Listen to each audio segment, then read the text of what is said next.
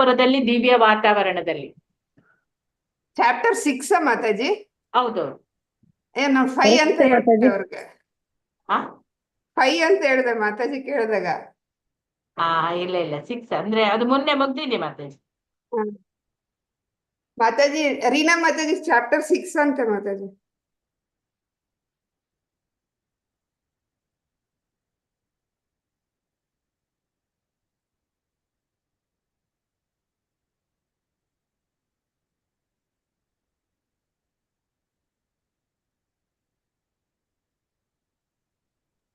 ಹರೇ ಕೃಷ್ಣ ಮಾತಾಜಿ. ನಾನು ಆಲ್ರೆಡಿ ಅದು ಕಳಿಸ್ಬಿಟ್ಟಿದ್ದೀನಿ ಮಾತಾಜಿ. 5 ಒಂದ್ ಸ್ವಲ್ಪ ಸಮರೈಸ್ ಮಾಡ್ಬಿಟ್ಟು 6th ಹೋಗಿ ಮಾತಾಜಿ ಅಷ್ಟೇ. ಓಕೆ.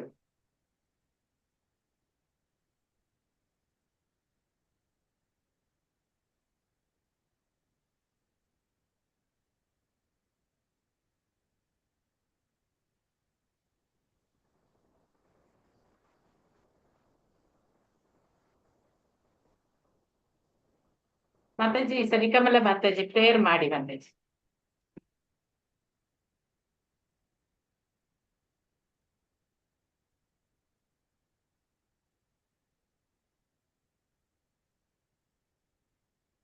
ಹರೇ ಕೃಷ್ಣ ಮಾತಾಜಿ ಪ್ರೇಯರ್ ಮಾಡಿ ಮಾತಾಜಿ.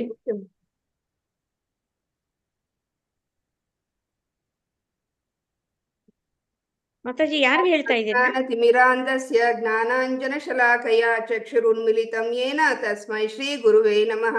ಶ್ರೀ ಚೈತನ್ಯ ಮನೋಭೀಷ್ಟಂ ಸ್ಥಾಪಿತಂ ಯೇನ ಭೂತಲೆ ಸ್ವಯಂ ರೂಪ ಕದಾ ಮಹ್ಯಂ ದದಾತಿ ಸ್ವಪದಾಂತಿಕಂ. ವಂದೇಹಂ ಶ್ರೀ ಗುರೋಃ ಶ್ರೀಯುತಪದಕಲಂ ಶ್ರೀ ಗುರುನ್ ವೈಷ್ಣವಾಂಶ ಶ್ರೀರೂಪಂ ಸಾಗ್ರಜಾತಂ ಸಗಣ ರಘುನಾಥಂ ತಂ ಸಜೀವಂ ಸಾದ್ವೈತಂ ಸಾವಧೂತಂ ಪರಿಜನ ಸಹಿತಂ ಶ್ರೀಕೃಷ್ಣ ಚೈತನ್ಯ ದೇವಂ ಶ್ರೀ ರಾಧಾಕೃಷ್ಣ ಪಾದಾನ್ ಸಗಣ ಲಲಿತಾ ಶ್ರೀ ವಿಶಾಖಾನ್ವಿತಾಂಶ್ಚ. ಹೇ ಕೃಷ್ಣ ಕರುಣಾ ಸಿಂಧೋ ದೀನ ಬಂಧೋ ಜಗತ್ಪತೆ ಗೋಪೇಶ ಗೋಪಿಕಾ ಕಾಂತ ರಾಧಾ ಕಾಂತ ನಮೋಸ್ತುತೆ. ತಪ್ತ ಕಾಂಚನ ಗೌರಾಂಗಿ ರಾಧೆ ವೃಂದಾವನೇಶ್ವರಿ ವೃಷಭಾನುಸುತೆ ದೇವಿ ಪ್ರಣಮಾಮಿ ಹರಿಪ್ರಿಯೆ. ವಾಂಛಾಕಲ್ಪತರುಭ್ಯಶ್ಚ ಕೃಪಾ ಸಿಂಧುಭ್ಯ ಏವ ಚ ಪತಿತಾನಾಂ ಪಾವನೇಭ್ಯೋ ವೈಷ್ಣವೇಭ್ಯೋ ನಮೋ ನಮಃ. ಜಯೋ ಶ್ರೀಕೃಷ್ಣ ಚೈತನ್ಯ ಪ್ರಭೋ ನಿತ್ಯಾನಂದ ಶ್ರೀ ಅದ್ವೈತ ಗದಾಧರ ಶ್ರೀವಾಸಾದಿ ಗೌರಭಕ್ತವೃಂದ. ಹರೇ ಕೃಷ್ಣ ಕೃಷ್ಣ ಕೃಷ್ಣ ಹರೇ ಹರೇ ಹರೇ ರಾಮ ರಾಮ ರಾಮ ಹರೇ ಹರೇ. ಹರೇ ಕೃಷ್ಣ ಕೃಷ್ಣ ಕೃಷ್ಣ ಹರೇ ಹರೇ ಹರೇ ರಾಮ ರಾಮ ರಾಮ ಹರೇ ಹರೇ. ಹರೇ ಕೃಷ್ಣ ಕೃಷ್ಣ ಕೃಷ್ಣ ಹರೇ ಹರೇ ಹರೇ ರಾಮ ರಾಮ ರಾಮ ಹರೇ ಹರೇ. ಹರೇ ಕೃಷ್ಣ. ಹರೇ ಕೃಷ್ಣ. ಇಲ್ಲಿ ಮೊನ್ನೆ ನಾವು ನೀಚರೊಂದಿಗೆ ವ್ಯವಹಾರ, ಅದು 5ನೇ ಅಧ್ಯಾಯ. ಅಲ್ಲಿ ಏನ್ ಹೇಳಿದ್ದಾರೆ?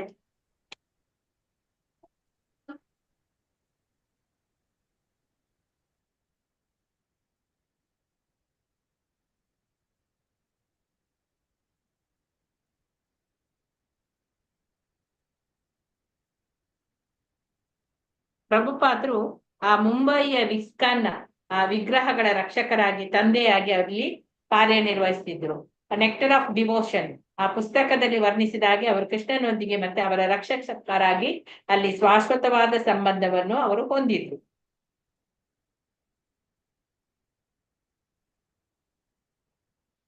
ಮತ್ತೆ ಅಲ್ಲಿ ಪ್ರಭುಪಾದರು ತಮ್ಮ ಶಿಷ್ಯರನ್ನು ಮಕ್ಕಳಂತೆ ಕಾಣ್ತಿದ್ರು. ಅವರು ಭಕ್ತರಿಗೆ ನೀಚರೊಂದಿಗೆ ಹೇಗೆ ವ್ಯವಹರಿಸಬೇಕೆಂದು ಗೊತ್ತಿರಲಿಲ್ಲ. ಅದನ್ನು ಅವರು ಭಕ್ತರು ಸುಲಭವಾಗಿ ಮೋಸ ಹೋಗ್ತಿದ್ರು.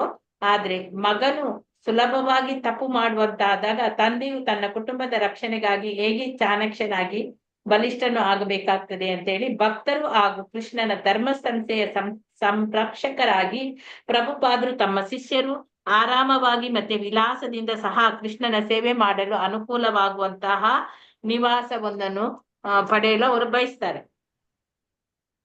ಮತ್ತೆ ಪ್ರಭುಪಾದರು ಅವರ ಶಿಷ್ಯರು ಅವರೆಲ್ಲ ಕಾರಾರನ್ನು ರದ್ದುಗೊಳಿಸಿದ್ರಿಂದ ಇಸ್ಕಾನ್ನ ಶಾಸನಬದ್ಧ ಸ್ಥಾನವು ಅಲ್ಲಿ ದುರ್ಬಲಗೊಂಡಿತು.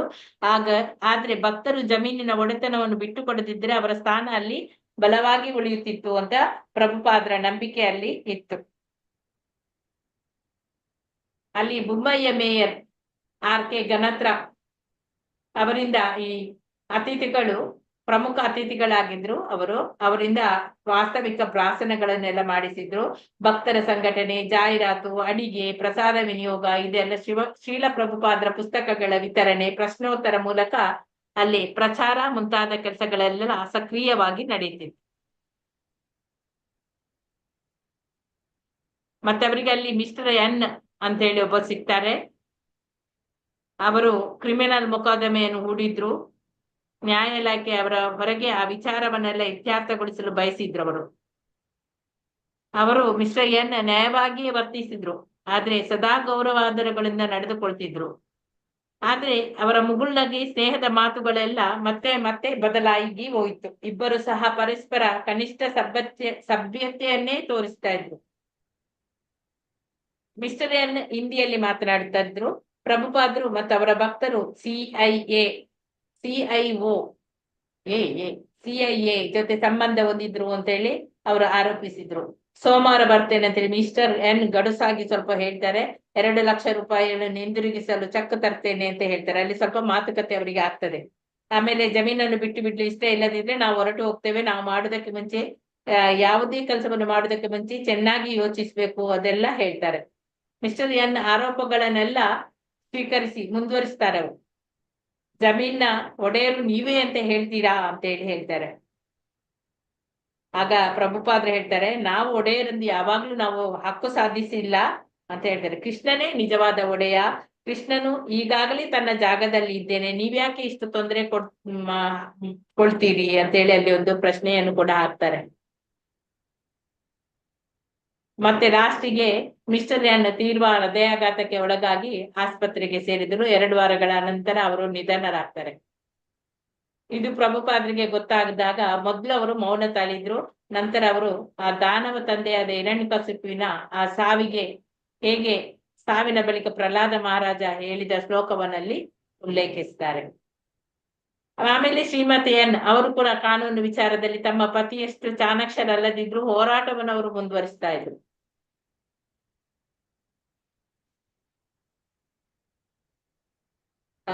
ಮತ್ತೆ 73ರ ಏಪ್ರಿಲ್ ತಿಂಗಳಲ್ಲಿ ಇಸ್ಕಾನ್ನ ಪ್ರಚೋದನೆಯಿಂದ ಇಸ್ಕಾನ್ ಮೊಕದ್ದಮೆ ಉಚ್ಚ ನ್ಯಾಯಾಲಯದವರೆಗೆ ಕೂಡ ಅದು ಹೋಗಿದೆ.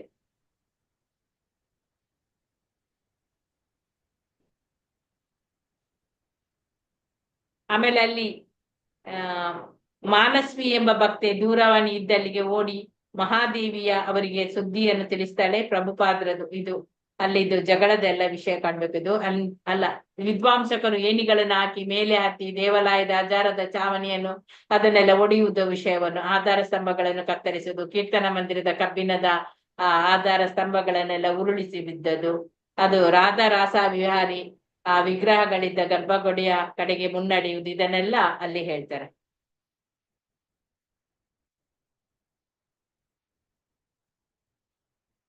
ಅಲ್ಲಿ ತುಂಬಾ ಪ್ರಭುಪಾದರು ತುಂಬಾ ಕಷ್ಟವನ್ನ ಇದ್ ಮಾಡಿದ್ದಾರೆ. ಚಂದ್ರ ಮಹಾದೇವಿ ಬಾಲ ಠಾಕೂರ್ ಅವರಿಗೆ ತುರ್ತು ಪರಿಸ್ಥಿತಿಯ ಬಗ್ಗೆ ಎಲ್ಲ ತಿಳಿಸ್ತಾರೆ. ಹಿಂದೂ ಪ್ರಚೋದನೆಯಿಂದ ಒಬ್ಬ ಹಿಂದೂ ಮುನಿಸಿಪಾಲ್ ಅಧಿಕಾರಿ ಆಜ್ಞೆಯ ಮೇರೆಗೆ ವಿಷ್ಣುವಿನ ಒಂದು ಹಿಂದೂ ದೇವಾಲಯವು ಈಗ ಅಲ್ಲಿ ಧ್ವಂಸವಾಗ್ತಿತ್ತು. ಅಲ್ಲಿ ಕಮಿಷನರ್ ಅವರಿಗೆ ಸುದ್ದಿ ತಿಳಿಸಿದ್ರು. ದೇವಾಲಯವನ್ನು ಕೆಡುವ ಯಾವುದೇ ಆಜ್ಞೆ ತಮಗೇನು ತಿಳಿಯದೆಂದು ಹೇಳಿ ವಿದ್ವಾಂಸಕ ತಂಡವನ್ನು ಕಳಿಸಿದ ಸ್ಥಳೀಯ ವಾರ್ಡ್ ಕಚೇರಿಗೆ ಫೋನ್ ಮಾಡ್ತಾರೆ. ವಾರ್ಡ್ ಕಚೇರಿಯಿಂದ ಧ್ವಂಸ ಕಾರ್ಯವನ್ನೆಲ್ಲ ನಿಲ್ಲಿಸಲಿಕ್ಕೆ ಒಬ್ಬ ವ್ಯಕ್ತಿಯನ್ನು ಕೂಡ ಕಳಿಸ್ತಾರೆ. ಮಧ್ಯಾಹ್ನ 2 ಗಂಟೆಯ ವೇಳೆಗೆ ಅವನು ಬಂದು ಅಲ್ಲಿ ಆ ಕಂಬಗಳನ್ನೆಲ್ಲ ಕತ್ತರಿಸಿ, ಕೊನೆಯ ಕಂಬಗಳನ್ನು ಕತ್ತರಿಸಿ ಗರ್ಭಗುಡಿಯ ಚಾವಣಿಯನ್ನು ಅವನು ಕೆಡುವುದರಲ್ಲಿದ್ದ. ಆಗ ಆ ಉಸ್ತುವಾರಿ ವಹಿಸಿದ ಅಧಿಕಾರಿ ಬಂದು ಅಲ್ಲಿ ನಿಲ್ಲಿಸುವ ಆಜ್ಞೆಯನ್ನು ನೀಡಿದ. ದಾಳಿ ನಡೆದಾಗ ಪ್ರಭುಪಾದರು ಕಲ್ಕತ್ತಾದಲ್ಲಿ ಇದ್ರು. ಭಕ್ತರು ದೂರವಾಣಿ ಮೂಲಕ ಮಾತ್ರ ಸಂಪರ್ಕಿಸ್ತಾ ಇದ್ರು. ಮತ್ತೆ ಅವರು ಪ್ರೆಸ್ ಜನರಲ್ ಆ ಪತ್ರಿಕೆಯ ಮುಖಪುಟದಲ್ಲಿ ಧ್ವಂಸಗೊಂಡ ದೇವಾಲಯದ ಆ ಚಿತ್ರವನ್ನು ಕೂಡ ಅಲ್ಲಿ ಪ್ರಕಟಿಸಿದ್ರು. ಹೇಗೆ ಮುನ್ಸಿಪಲ್ ಅಧಿಕಾರಿಗಳಿಂದ ಅನಾಧಿಕೃತ ದೇವಾಲಯದ ಧ್ವಂಸ ಅಂತ ಹೇಳಿ.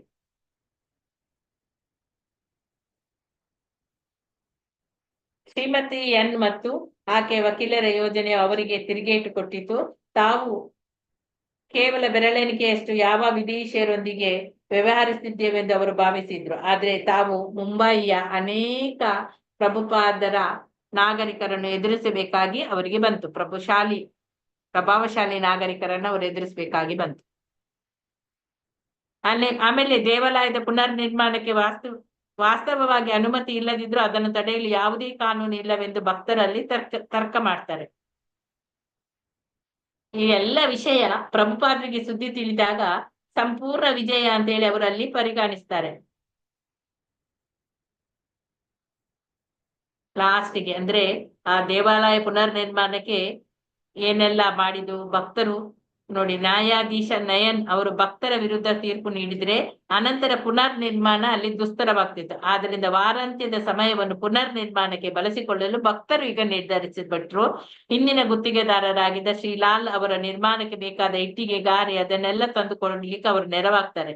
ಕೆಲಸಗಾರರೆಲ್ಲ ಸೇರಿ ಅದನ್ನೆಲ್ಲ ಒದಗಿಸ್ತಾರೆ. ಆಮೇಲೆ ಮಳೆ ಸುರಿತಿದ್ರು ಅವರು ಅದನ್ನು ಗಮನಿಸ್ತಿರ್ಲಿಲ್ಲ. ಅದನ್ನೆಲ್ಲ ಇಡೀ ಹಗಲು ರಾತ್ರಿ ಎಲ್ಲ ಕೆಲಸವನ್ನು ಮಾಡಿ ಅದನ್ನು ಮುಗಿಸಿದ್ರು. ನಿರ್ಮಾಣವಾದಂತೆ ದೇವಾಲಯವನ್ನು ಯಾರು ನಾಶಪಡಿಸ್ಲಿಕ್ಕೆ ಆಗುವುದಿಲ್ಲ. ಇದು ಸುದ್ದಿ ಕೇಳಿದಾಗ ಇವರಿಗೆ ಪ್ರಭುಪಾದರಿಗೆ ತುಂಬಾ ಖುಷಿ ಆಗ್ತದೆ. ಅವರಿಗೆ ಆಗ್ತದೆ ಇಸ್ಕಾನ್ನ ಕಡೆ ಬಲವಾಗಿ ಒಲವು ಇದೆ ಅಂತೇಳಿ ಅನಿಸ್ತದೆ. ಇಲ್ಲಿ ಈ ಶ್ಲೋಕ 6 ಅಧ್ಯಾಯ 6 ಮಾಯಾಪುರದ ದಿವ್ಯ ವಾತಾವರಣದಲ್ಲಿ, ಅದರಲ್ಲಿ ಈಗ ಓದ್ಲಿಕ್ಕೆ ಮಾಯಾಪುರದಲ್ಲಿ ಏನೆಲ್ಲ ನಡೆಸಿತ್ತು, ಪ್ರಭುಪಾದರ ಜೀವನ ಹೇಗಿತ್ತು ಅದೆಲ್ಲ ನೋಡೋಣ. ಬಿರುಗಾಳಿ ಬಂದಾಗ ಆ ಕಿಟಕಿ ಬಾಗಿಲುಗಳನ್ನೆಲ್ಲ ಓಪನ್ ಮಾಡಿ ಇಡ್ಬೇಕು ಅಂತ ಹೇಳಿದ್ರು. ಬಾಗಿಲು ಹಾಕ್ಬೇಡಿ, ಬಾಗಿಲು ಹಾಕಿದವರಿಗೆ ಹೇಳ್ತಿದ್ರು ಬಾಗಿಲು ಹಾಕ್ಬೇಡಿ ಅಂತ ಹೇಳಿ ಅಲ್ಲವಾ.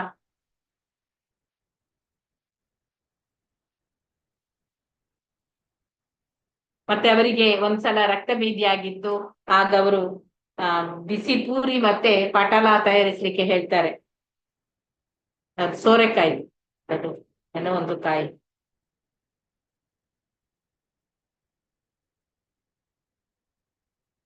ಬದನೆ ಪಲ್ಯ. ಅವರಿಗೆ ಯಾರು ಭವಾನ್ ಅಂತ ಎಲ್ಲ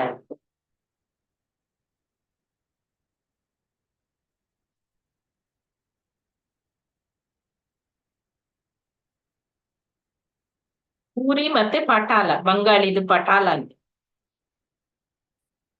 ಅಂದ್ರೆ ಚಿಕ್ಕ ಕುಂಬಳಕಾಯಿದು ಅದು ಮಾಡುವಂಥದ್ದು. ಅವರ ತಾಯಿ ಅವರಿಗೆ ಅದನ್ನೇ ಮಾಡಿಕೊಡ್ತಿದ್ರು. ಅದನ್ನ ಅವರು ನೆನಪಿಟ್ಟುಕೊಂಡು ಅದನ್ನೇ ಮಾಡಿಕೊಡ್ಲಿಕ್ಕೆ ಹೇಳ್ತಾರೆ. ಅದರ ನಂತರ ಅದನ್ನು ತಿಂದ ಕೂಡಲೇ ಅವರಿಗೆ ರಕ್ತ ಭೇದಿ ಎಲ್ಲ ನಿಂತಿತ್ತು.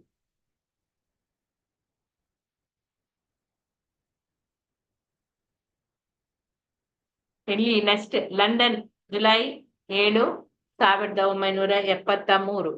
ಸ್ಕ್ರೀನ್ ಬಂದಿರಾ? ಇಲ್ಲ ಮಾತಾಜಿ, ಕಾಣ್ತಾನೆ ಇಲ್ಲ ಮಾತಾಜಿ. ಓಕೆ ಆಗ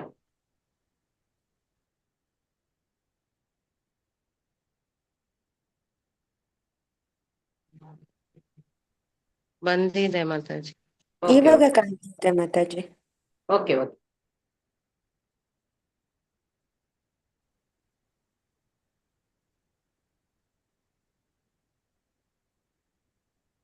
ಇಲ್ಲಿಂದ ಓದ್ಬೇಕು.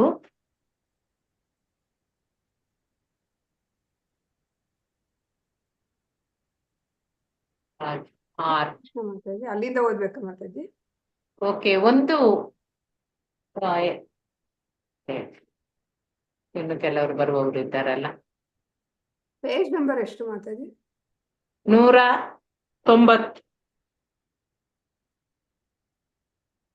ಒಂದ್ ನಿಮಿಷ ಮಾತಾಜಿ. 190 ಪೇಜ್. ಚಿತ್ರಮೋಹಿನಿ ರಾಜು, ಪ್ರವೀಣ ನಾರಾಯಣ ಮಾತಾಜಿ ಓದಿ. ಹರೇ ಕೃಷ್ಣ ಮಾತಾಜಿ, ನಾನು ಟ್ರಾವೆಲಿಂಗ್ ಅಲ್ಲಿ ಇದ್ದೇನೆ Mataji. Okay next PS Jayashree ಓದಿ. ಓದ್ತೀನಿ ಮಾತಾಜಿ. London July 7, 1973.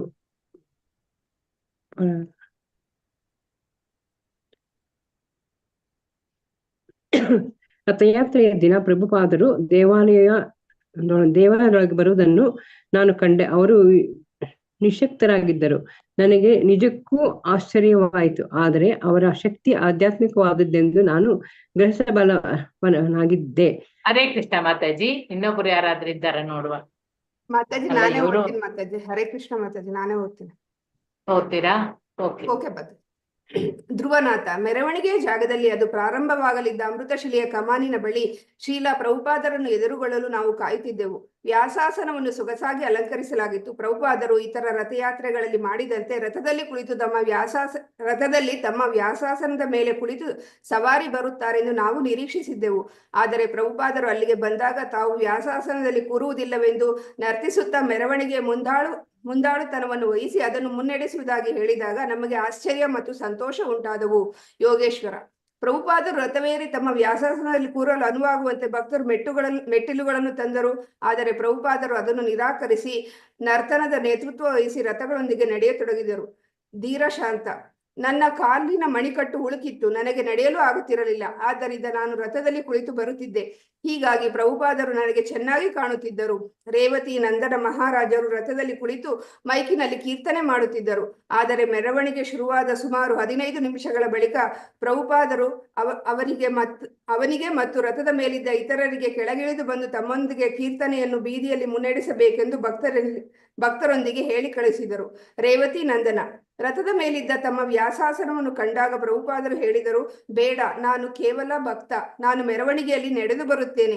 ನಾವು ಭಾರೀ ಕೀರ್ತನ ನಡೆಸಿದೆವು. ಹಂಸದೂತರು ಕೀರ್ತನೆಯನ್ನು ಹಾಡಿದ ಅನಂತರ ನಾನು ಹಾಡಿದೆ. ಅನಂತರ ಶ್ಯಾಮಸುಂದರನು ಹಾಡಿದ. ಹೀಗೆ ಸರದಿಯಲ್ಲಿ ವಿವಿಧ ಭಕ್ತರು ಈ ಅತ್ಯದ್ಭುತ ಕೀರ್ತನೆಯನ್ನು ನಡೆಸಿಕೊಟ್ಟೆವು. ಪ್ರಭುಪಾದರು ತಮ್ಮ ಕರತಾಳಗಳೊಂದಿಗೆ ಸದಾ ಕೀರ್ತನೆಯ ನಡುವಿನಲ್ಲಿದ್ದರು. ಅವರ ಹಿಂದೆ ಮುಂದೆ ಅಡಿ ಇಡುತ್ತಾ ಆಗಾಗ ಜಿಗಿಯುತ್ತಾ ನರ್ತಿಸುತ್ತಿದ್ದರು. ರೋಹಿಣಿ ನಂದನ. ರಥವು ಸಾಕಷ್ಟು ನಿಧಾನವಾಗಿ ಚಲಿಸುತ್ತಿತ್ತು. ಪ್ರಭುಪಾದರು ಮೆರವಣಿಗೆಯ ನೇತೃತ್ವವನ್ನು ವಹಿಸಿ ರಥಕ್ಕೆ 20-30 ಗಜದ ಹಿಂದೆ ಮುಂದೆ ನಡೆದು ಬರುತ್ತಿದ್ದರು. ಈ ನಡುವೆ ಕೀರ್ತನೆಯು ರಥದಲ್ಲಿದ್ದ ಮೈಕಿನಿಂದ ಹೊಮ್ಮಿ ಬರುತ್ತಿತ್ತು. ಪ್ರಭುಪಾದರು ಅವರನ್ನೆಲ್ಲ ಕೆಳಗಿಳಿದು ಬರಲು ಹೇಳಿ ತಮ್ಮ ಸುತ್ತ ಸೇರಿಸಿಕೊಂಡು ಹರೇ ಕೃಷ್ಣ ಕೀರ್ತನೆ ಮಾಡಿಸಿದರು. ಆಗಾಗ ಅವರು ಹಿಂದಕ್ಕೆ ತಿರುಗಿ ತಮ್ಮ ತೋಳುಗಳನ್ನು ಗಂಭೀರವಾಗಿ ಮೇಲೆತ್ತಿ ಜಯ ಜಗನ್ನಾಥ ಎಂದು ಘೋಷಿಸುತ್ತಿದ್ದರು. ಕೆಲವು ಸಲ ಅವರು ಕುಣಿಯುತ್ತಿದ್ದರು, ಕೆಲವೊಮ್ಮೆ ತಮ್ಮ ತೋಳುಗಳನ್ನು ಮೇಲೆತ್ತಿ ನಿಲ್ಲುತ್ತಿದ್ದರು. ಶಾರದೀಯ ದಾಸಿ. ಪ್ರಭುಪಾದರು ಕುಣಿಯುತ್ತಿದ್ದರು ಮತ್ತು ಕೆಲವು ಹೆಜ್ಜೆಗಳ ಬಳಿಕ ಹಿಂದಕ್ಕೆ ತಿರುಗಿ ತೋಳುಗಳನ್ನು ಮೇಲೆತ್ತಿ ವಿಗ್ರಹಗಳತ್ತ ನೋಡುತ್ತಿದ್ದರು. ಅನಂತರ ವಿಗ್ರಹಗಳನ್ನು ಧ್ಯಾನಿಸುತ್ತಾ ಕೆಲವು ಕ್ಷಣ ನರ್ತಿಸುತ್ತಿದ್ದರು. ಬಳಿಕ ಮುಂದಕ್ಕೆ ತಿರುಗಿ ಮುನ್ನಡೆಯುತ್ತಿದ್ದರು. ಈ ರೀತಿ ಮಾರ್ಗದುದ್ದಕ್ಕೂ ಅವರು ಕುಣಿದರು. ಅವರನ್ನು ಜನ ಗುಂಪಿನಿಂದ ರಕ್ಷಿಸಲು ಭಕ್ತರು ಕೈ ಹಿಡಿದು ಅವರ ಸುತ್ತ ವರ್ತುಲ ನಿರ್ಮಿಸಿದರು. ಅದೊಂದು ಅದ್ಭುತವಾದ ಅಲೌಕಿಕವಾದ ವ್ಯವಹಾರವಾಗಿತ್ತು. ಪ್ರಭುಪಾದರು ವಿಗ್ರಹಗಳತ್ತ ಕಣ್ಣೆತ್ತಿ ನೋಡುತ್ತಿದ್ದರು ಮತ್ತು ಭಕ್ತರು ಅವರ ಬೆನ್ನಿಗಿದ್ದರು. ಸುದುರ್ಜಯ. ಪ್ರಭುಪಾದರು ನಮಗೆ ಅವರು ಅಸ್ವಸ್ಥರಾಗಿದ್ದಾರೆಯೇ ಇಲ್ಲವೇ? ಹರೇ ಕೃಷ್ಣ ಮಾತಾಜಿ, ಬಾಕಿಯವರಿಗೆ ಚಾನ್ಸ್ ಕೊಡುವ ಓದಲಿಕ್ಕೆ, ಮತ್ತೆ ನೀವು ಅದನ್ನು ಸ್ವಲ್ಪ ಇದು ಮಾಡಿದ್ರೆ ಆಯ್ತು. ಜಯಶ್ರೀ ಮಾತಾಜಿ ಕಂಟಿನ್ಯೂ ಮಾಡಿ. ಸುಧರ್ಜಯ.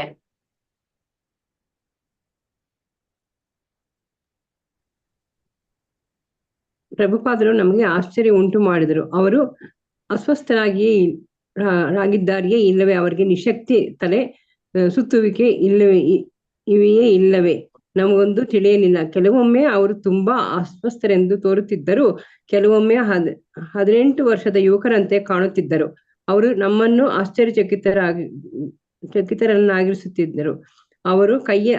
ಅವರ ಕೈಯಲ್ಲಿ ಊರುಗೋಲಿತ್ತು, ಆದರೆ ಅದನ್ನು ಮೇಲೆತ್ತಿಕೊಂಡು ಅವರು ಕುಣಿಯುತ್ತಿದ್ದರು. ಕೊಂಚ ಹೊತ್ತಿನ ಬಳಿಕ ಶ್ಯಾಮಸುಂದರನು ನನ್ನ ಬಳಿ ಬಂದು ಹೇಳಿದರು, ಕೇಳು, ಪ್ರಭುಪಾದರಿಗೆ ತುಂಬಾ ಕಾಯಿಲೆಯಾಗಿದೆ. ಅವರು ದಾರಿ ಪೂರ್ತಿ ನಡೆಯಲಾರರು. ಕಾರಿನಲ್ಲಿ ನೀನು ನಮ್ಮನ್ನು ಹಿಂಬಾಲಿಸುತ್ತಿರು. ತುಂಬಾ ಹತ್ತಿರದಲ್ಲೇ ಇರು. ಪ್ರಭುಪಾದರನ್ನು ಅಗತ್ಯ ಬಿದ್ದ ಕೂಡಲೇ ಕಾರಿನಲ್ಲಿ ಕೂರಿಸುವುದಕ್ಕೆ ಅನುಕೂಲವಾಗುತ್ತದೆ. ಪ್ರಭುಪಾದರು ಪಾರ್ಕ್ ಲೇನ್ನಲ್ಲಿ ಹೋಗುತ್ತಿದ್ದರು. ಆಗಿಂದಾಗೆ ಅವರು ತಮ್ಮ ತೋಳುಗಳನ್ನು ಮೇಲೆತ್ತಿದ್ದರು ಮತ್ತು ಹಿಂದಕ್ಕೆ ತಿರುಗುತ್ತಿದ್ದರು. ಅವರು ಎಷ್ಟು ವೇಗವಾಗಿ ಹೋಗುತ್ತಿದ್ದರೆಂದರೆ ಆ ರಥವನ್ನು ಅಷ್ಟೇ ಬೇಗ ಎಳೆಯಲು ಸಾಧ್ಯವಾಗುತ್ತಿರಲಿಲ್ಲ. ರಥ ಬರಲು ಅವರು ಕಾಯುತ್ತಾ ನಿಲ್ಲಬೇಕಾಗಿತ್ತು. ಅವರು ಹಿಂದಕ್ಕೆ ತಿರುಗಿ ಕೈಗಳನ್ನು ಮೇಲೆತ್ತಿ ಹರಿಬೋಲ್ ಎಂದು ಕೂಗುತ್ತಿದ್ದರು. ಹಲವು ಬಾರಿ ಅವರು ಹೀಗೆ ಮಾಡಿದರೂ ಭಕ್ತರು ನರ್ತಿಸುತ್ತಿದ್ದರು. ಹವೆ ಸೊಗಸಾಗಿತ್ತು ಮತ್ತು ಜನಸಂದಣಿ ಅದ್ಭುತವಾಗಿತ್ತು. ಧ್ರುವನಾಥ. ಹಾರಿಹೋಕರು ಪ್ರಭುಪಾದರನ್ನು ನೋಡುತ್ತಾ ನಿಂತಲ್ಲಿಯೇ ನಿಂತು ಬಿಟ್ಟರು. ಅಷ್ಟು ವಯೋವೃದ್ಧರಾದ ವ್ಯಕ್ತಿ ಒಬ್ಬ ಯುವಕನಂತೆ ನರ್ತಿಸುವುದು, ಗಾಳಿಯಲ್ಲಿ ಜಿಗಿಯುವುದು ಆಶ್ಚರ್ಯಕರ ದೃಶ್ಯವಾಗಿತ್ತು. ಪ್ರತಿ 5 ನಿಮಿಷಕ್ಕೊಮ್ಮೆ ಪ್ರಭುಪಾದರು ಹಿಂದಕ್ಕೆ ತಿರುಗಿ ಜಗನ್ನಾಥನ ಕಡೆ ನೋಡುತ್ತಿದ್ದರು. ಮಾತಾಜಿ ಕಾಣಿಸ್ತಾ ಇಲ್ಲ ಸ್ವಲ್ಪ. ಮಾತಾಜಿ ಸ್ವಲ್ಪ ಕಾಣಿಸ್ತಾ ಇಲ್ಲ. ಅಡ್ಡಿಯಾಗದಂತೆ ಭಕ್ತರು ಜಾಗವನ್ನು ತೆರವು ಮಾಡಿದ್ದರು. ಹೀಗಾಗಿ ಅವರ ನೋಟಕ್ಕೆ ಪ್ರಭುಪಾದರಿಗೆ ಜಗನ್ನಾಥ, ಅಡ್ಡಿಯಾಗದಂತೆ ಬಲರಾಮ ಮತ್ತು ಸುಭದ್ರೆಯರ ಪರಿಪೂರ್ಣ ನೋಟ ದೊರೆಯುತ್ತಿತ್ತು. ಆದರೆ ಕೊಂಚ ಸಮಯದ ಬಳಿಕ ಪೊಲೀಸರು ಬಂದು ಹೇಳಿದರು, ನೀವು ಹೀಗೆ ನಿಲ್ಲಬಾರದು, ಮೆರವಣಿಗೆ ಮುನ್ನಡೆಯುತ್ತಾ ಹೋಗಬೇಕು, ಇಲ್ಲದಿದ್ದರೆ ವಾಹನ ಸಂಚಾರಕ್ಕೆ ಅಡ್ಡಿಯಾಗುತ್ತದೆ. ಭಕ್ತರು ಆನಂದ ಬಾಷ್ಪ ಸುರಿಸುತ್ತಿದ್ದರು, ಕೀರ್ತಿಸುತ್ತಿದ್ದರು ಮತ್ತು ಕುಣಿಯುತ್ತಿದ್ದರು. ಅಲ್ಲಿ ತುಂಬಾ ಗದ್ದಲವಿತ್ತು. ಇದು ಓದಿ ಮತ್ತೆ ಕೃತಕೀರ್ತಿ.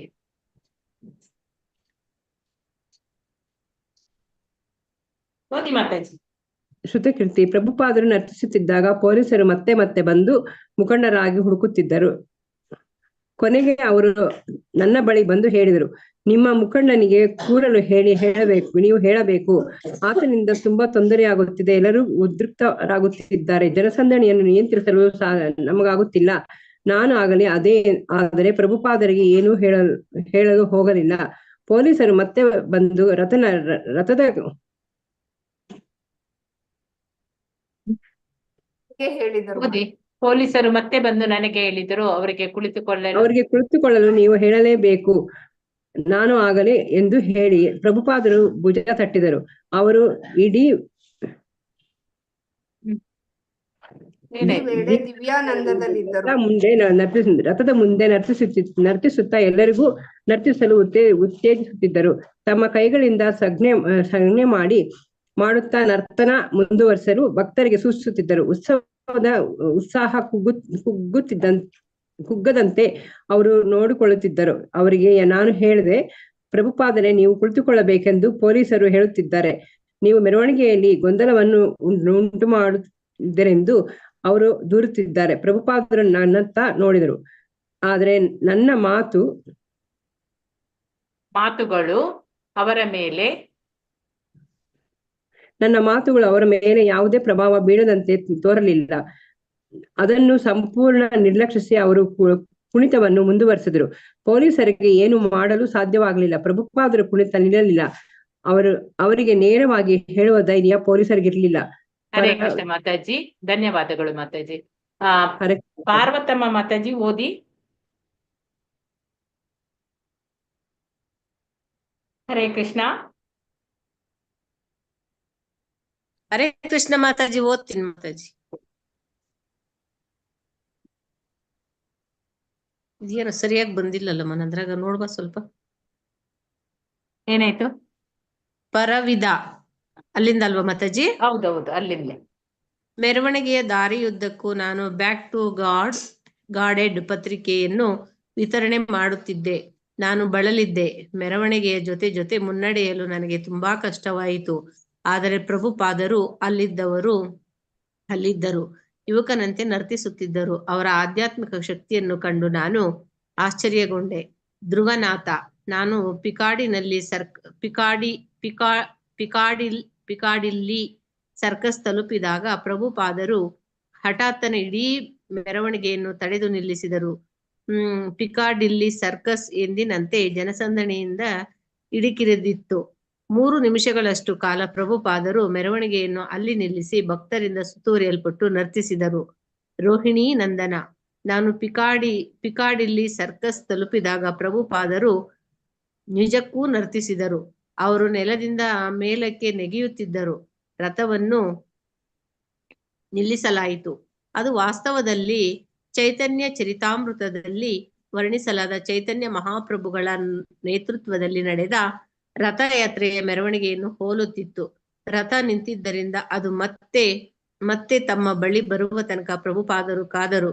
ಯೋಗೀಶ್ವರ. ಕೊನೆಗೆ ನಾವು ಟ್ರಾಫಾಲ್ಗರ್ ಚೌಕವನ್ನು ತಲುಪಿದೆವು.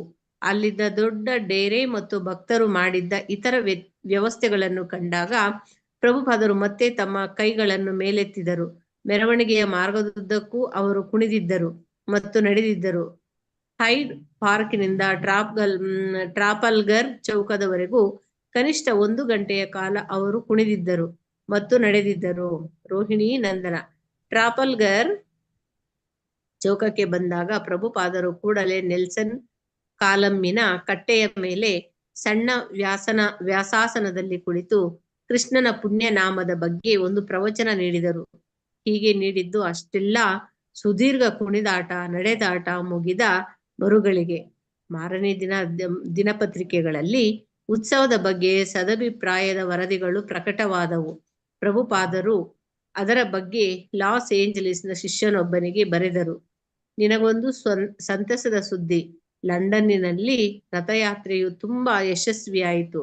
ದಿ ಡೈಲಿ ಗಾರ್ಡಿಯನ್ ಪತ್ರಿಕೆಯು ತನ್ನ ಮುಖಪುಟದಲ್ಲಿ ನಮ್ಮ ರಥದ ಚಿತ್ರ ಪ್ರಕಟಿಸಿ ಟ್ರಾಫಲ್ಗರ್ ಚೌಕದಲ್ಲಿ ಲಾರ್ಡ್ ನೆಲ್ಸನ್ನರ ಸ್ಮಾರಕಕ್ಕೆ ನಾವು ಸ್ಪರ್ಧೆಯಾಗಿದ್ದೇವೆಂದು ಬರೆಯಿತು. ನನ್ನ ಆರೋಗ್ಯ ಚೆನ್ನಾಗಿದೆ. ನಾನು ಪ್ರತಿದಿನ ವಾಯು ಸಂಚಾರ ಮಾಡುತ್ತಿದ್ದೇನೆ ಮತ್ತು ಬೆಳಗಿನ ವೇಳೆ ತರಗತಿಗಳಲ್ಲಿ ಉಪನ್ಯಾಸ ನೀಡುತ್ತಿದ್ದೇನೆ. ಇನ್ನೊಂದು ಪತ್ರದಲ್ಲಿ ಪ್ರಭುಪಾದರು ಬರೆದರು, ಇಲ್ಲಿ ನಮ್ಮ ಹರೇ ಕೃಷ್ಣ ಮಾತಾಜಿ, ಧನ್ಯವಾದಗಳು ಮಾತಾಜಿ. ರಾಣಾ ಮಾತಾಜಿ. ಧನ್ಯವಾದಗಳು ಮಾತಾಜಿ. ಅದು ರಾಣಾ ಮಾತಾಜಿಯ ರತ್ನ ಮಾತಾಜಿ ಅಂತ ಗೊತ್ತಿಲ್ಲ. ಓದಿ ಮಾತಾಜಿ. ಅವ್ರು ಓದದಿದ್ರೆ ರೀನಾ ಮಾತಾಜಿ ಓದ್ತೀರಾ? ಹರೇ ಕೃಷ್ಣ ಮಾತಾಜಿ. ಉಮಾದೇವಿ ಓದ್ಲ ಮಾತಾಜಿ? ಒಂದ್ ನಿಮಿಷ. ರೀನಾ ಮಾತಾಜಿ ಹರೇ ಅವ್ರು ಕೃಷ್ಣ ಓದದಿದ್ರೆ ರೋಹಿಣಿ ನೆಕ್ಸ್ಟ್ ಓದ್ತೀನಿ ಮಾತಾಜಿ. ಆಯ್ತಾಯ್ತು, ರೋಹಿಣಿ ಹರೇ ಭಟ್ ಕೃಷ್ಣ ಮಾತಾಜಿ. ಹರೇ ಕೃಷ್ಣ. ಇನ್ನೊಂದು ಓದಿ ಪತ್ರದಲ್ಲಿ ಪ್ರಭುಪಾದ ಬರೆದರು. ಅಲ್ಲಿಂದಲ್ವ ಮಾತಾಜಿ? ಹೌದು, ಇನ್ನೊಂದು ಪತ್ರದಲ್ಲಿ ಪ್ರಭುಪಾದರು ಇನ್ನೊಂದು ಬರೆದಿದ್ದಾರೆ. ಪತ್ರದಲ್ಲಿ ಪ್ರಭುಪಾದರು ಬರೆದರು. ಇಲ್ಲಿ ನಮ್ಮ ಉತ್ಸವಕ್ಕೆ ಒಳ್ಳೆಯ ಪ್ರತಿಕ್ರಿಯೆ ಸಿಕ್ಕಿತು. ಇಡೀ ಸಂದರ್ಭ ನನ್ನನ್ನು ಎಷ್ಟು ಉತ್ತೇಜಿತನಾಗಿ ಮಾಡುತ್ತದೆ ಎಂದರೆ, ನಾನು ಹೈಡ್ ಪಾರ್ಕ್ ನಿಂದ ಟ್ರಫಾಲ್ಗರ್ ಚೌಕದವರೆಗೆ ದಾರಿಯುದ್ದಕ್ಕೂ ನಡೆದು ಬಂದೆ ಮತ್ತು ನರ್ಚಿಸಿದೆ. ಶ್ರೀಲ ಪ್ರಭುಪಾದರು ಭಕ್ತಿ ವೇದಾಂತ ಬಂಗಳೆಯಲ್ಲಿ ಬಂದು ಒಂದು ಕ್ರಮಬದ್ಧ ದಿನಚರಿಯಲ್ಲಿ ತೊಡಗಿದರು. ಅವರು ಬರೆದರು, ಭಕ್ತಿ ವೇದಾಂತ ಬಂಗಲೆ ಅತ್ಯಂತ ಸೊಗಸಾದ ಸ್ಥಳವಾಗಿದೆ. ಪರಿಸರ ಪ್ರಶಾಂತವಾಗಿದೆ ಮತ್ತು ಹಳ್ಳಿಯು ಚೊಕ್ಕಟವಾಗಿದೆ. 2ನೇ ಮಹಡಿಯಲ್ಲಿದ್ದ ಪ್ರಭುಪಾದರ ಕೊಠಡಿಯ 50 ಮಂದಿ ಅತಿಥಿಗಳು ಆರಾಮವಾಗಿ ಕೂರಬಹುದಷ್ಟು ವಿಶಾಲವಾಗಿತ್ತು. ದೊಡ್ಡ ಕಿಟಕಿಗಳ ಮೂಲಕ ಹೊರಗಿನ ವಿಸ್ತಾರವಾದ ಬಯಲುಗಳು ಕಾಣುತ್ತಿದ್ದವು. ಭಕ್ತರು ಅಲ್ಲಿದ್ದ ಸರೋವರವನ್ನು ಸ್ವಚ್ಛಗೊಳಿಸಿ ಪರಿಸರವನ್ನು ಅಚ್ಚುಕಟ್ಟಾಗಿ ಇಟ್ಟುಕೊಂಡರೆ ತಾವು ಸದಾಕಾಲ ಭಕ್ತಿ ವೇದಾಂತ ಬಂಗಳೆಯಲ್ಲಿ ಉಳಿದುಕೊಂಡು ತಮ್ಮ ಅನುವಾದ ಕಾರ್ಯ ನಡೆಸುವುದಾಗಿ ಪ್ರಭುಪಾದರು ಹೇಳಿದರು. ಕೆಲವು ಹಸುಗಳನ್ನು ತರಬೇಕು ಮತ್ತು ಹೆಚ್ಚುವರಿ ಜಮೀನಿನಲ್ಲಿ ಸಾಗುವಳಿ ಮಾಡಬೇಕೆಂದು ಅವರು ಸೂಚಿಸಿದರು. ಭಕ್ತರು ಆ ಬಂಗಲೆಗೆ ಬಂದು ನೆಲೆಸಿ ಹೆಚ್ಚು ಕಾಲವಾಗಿರಲಿಲ್ಲ ಮತ್ತು ಅಲ್ಲಿನ ಕಟ್ಟಡಗಳನ್ನು ಹಾಗೂ ಜಮೀನನ್ನು ಅಭಿವೃದ್ಧಿಗೊಳಿಸಲು ಇನ್ನೂ ಹೆಚ್ಚಿಗೆ ಏನೂ ಮಾಡಿರಲಿಲ್ಲ. ಆದರೂ ಪ್ರಭುಪಾದರ ಅವರಿಗೆ ಅಲ್ಲಿದ್ದ ಒಂದು ಜಾಗ ತೋರಿಸಿ ಮುಂದೆ ಒಂದು ದಿನ ಅಲ್ಲಿ ಲಂಡನ್ನಲ್ಲಿ ಅತ್ಯಂತ ವೈಭವದ ಕಟ್ಟಡವಾದ 30 ಅಂತಸ್ತಿನ ದೇವಾಲಯ ಭಕ್ತರು ಕಟ್ಟಬಹುದೆಂದು ಹೇಳಿದರು. ಮತ್ತೆ ಸ್ವಲ್ಪ ಮೇಲೆ ಮಾಡಿ ಸ್ಕ್ರೋಲ್ ಮಾಡಿ.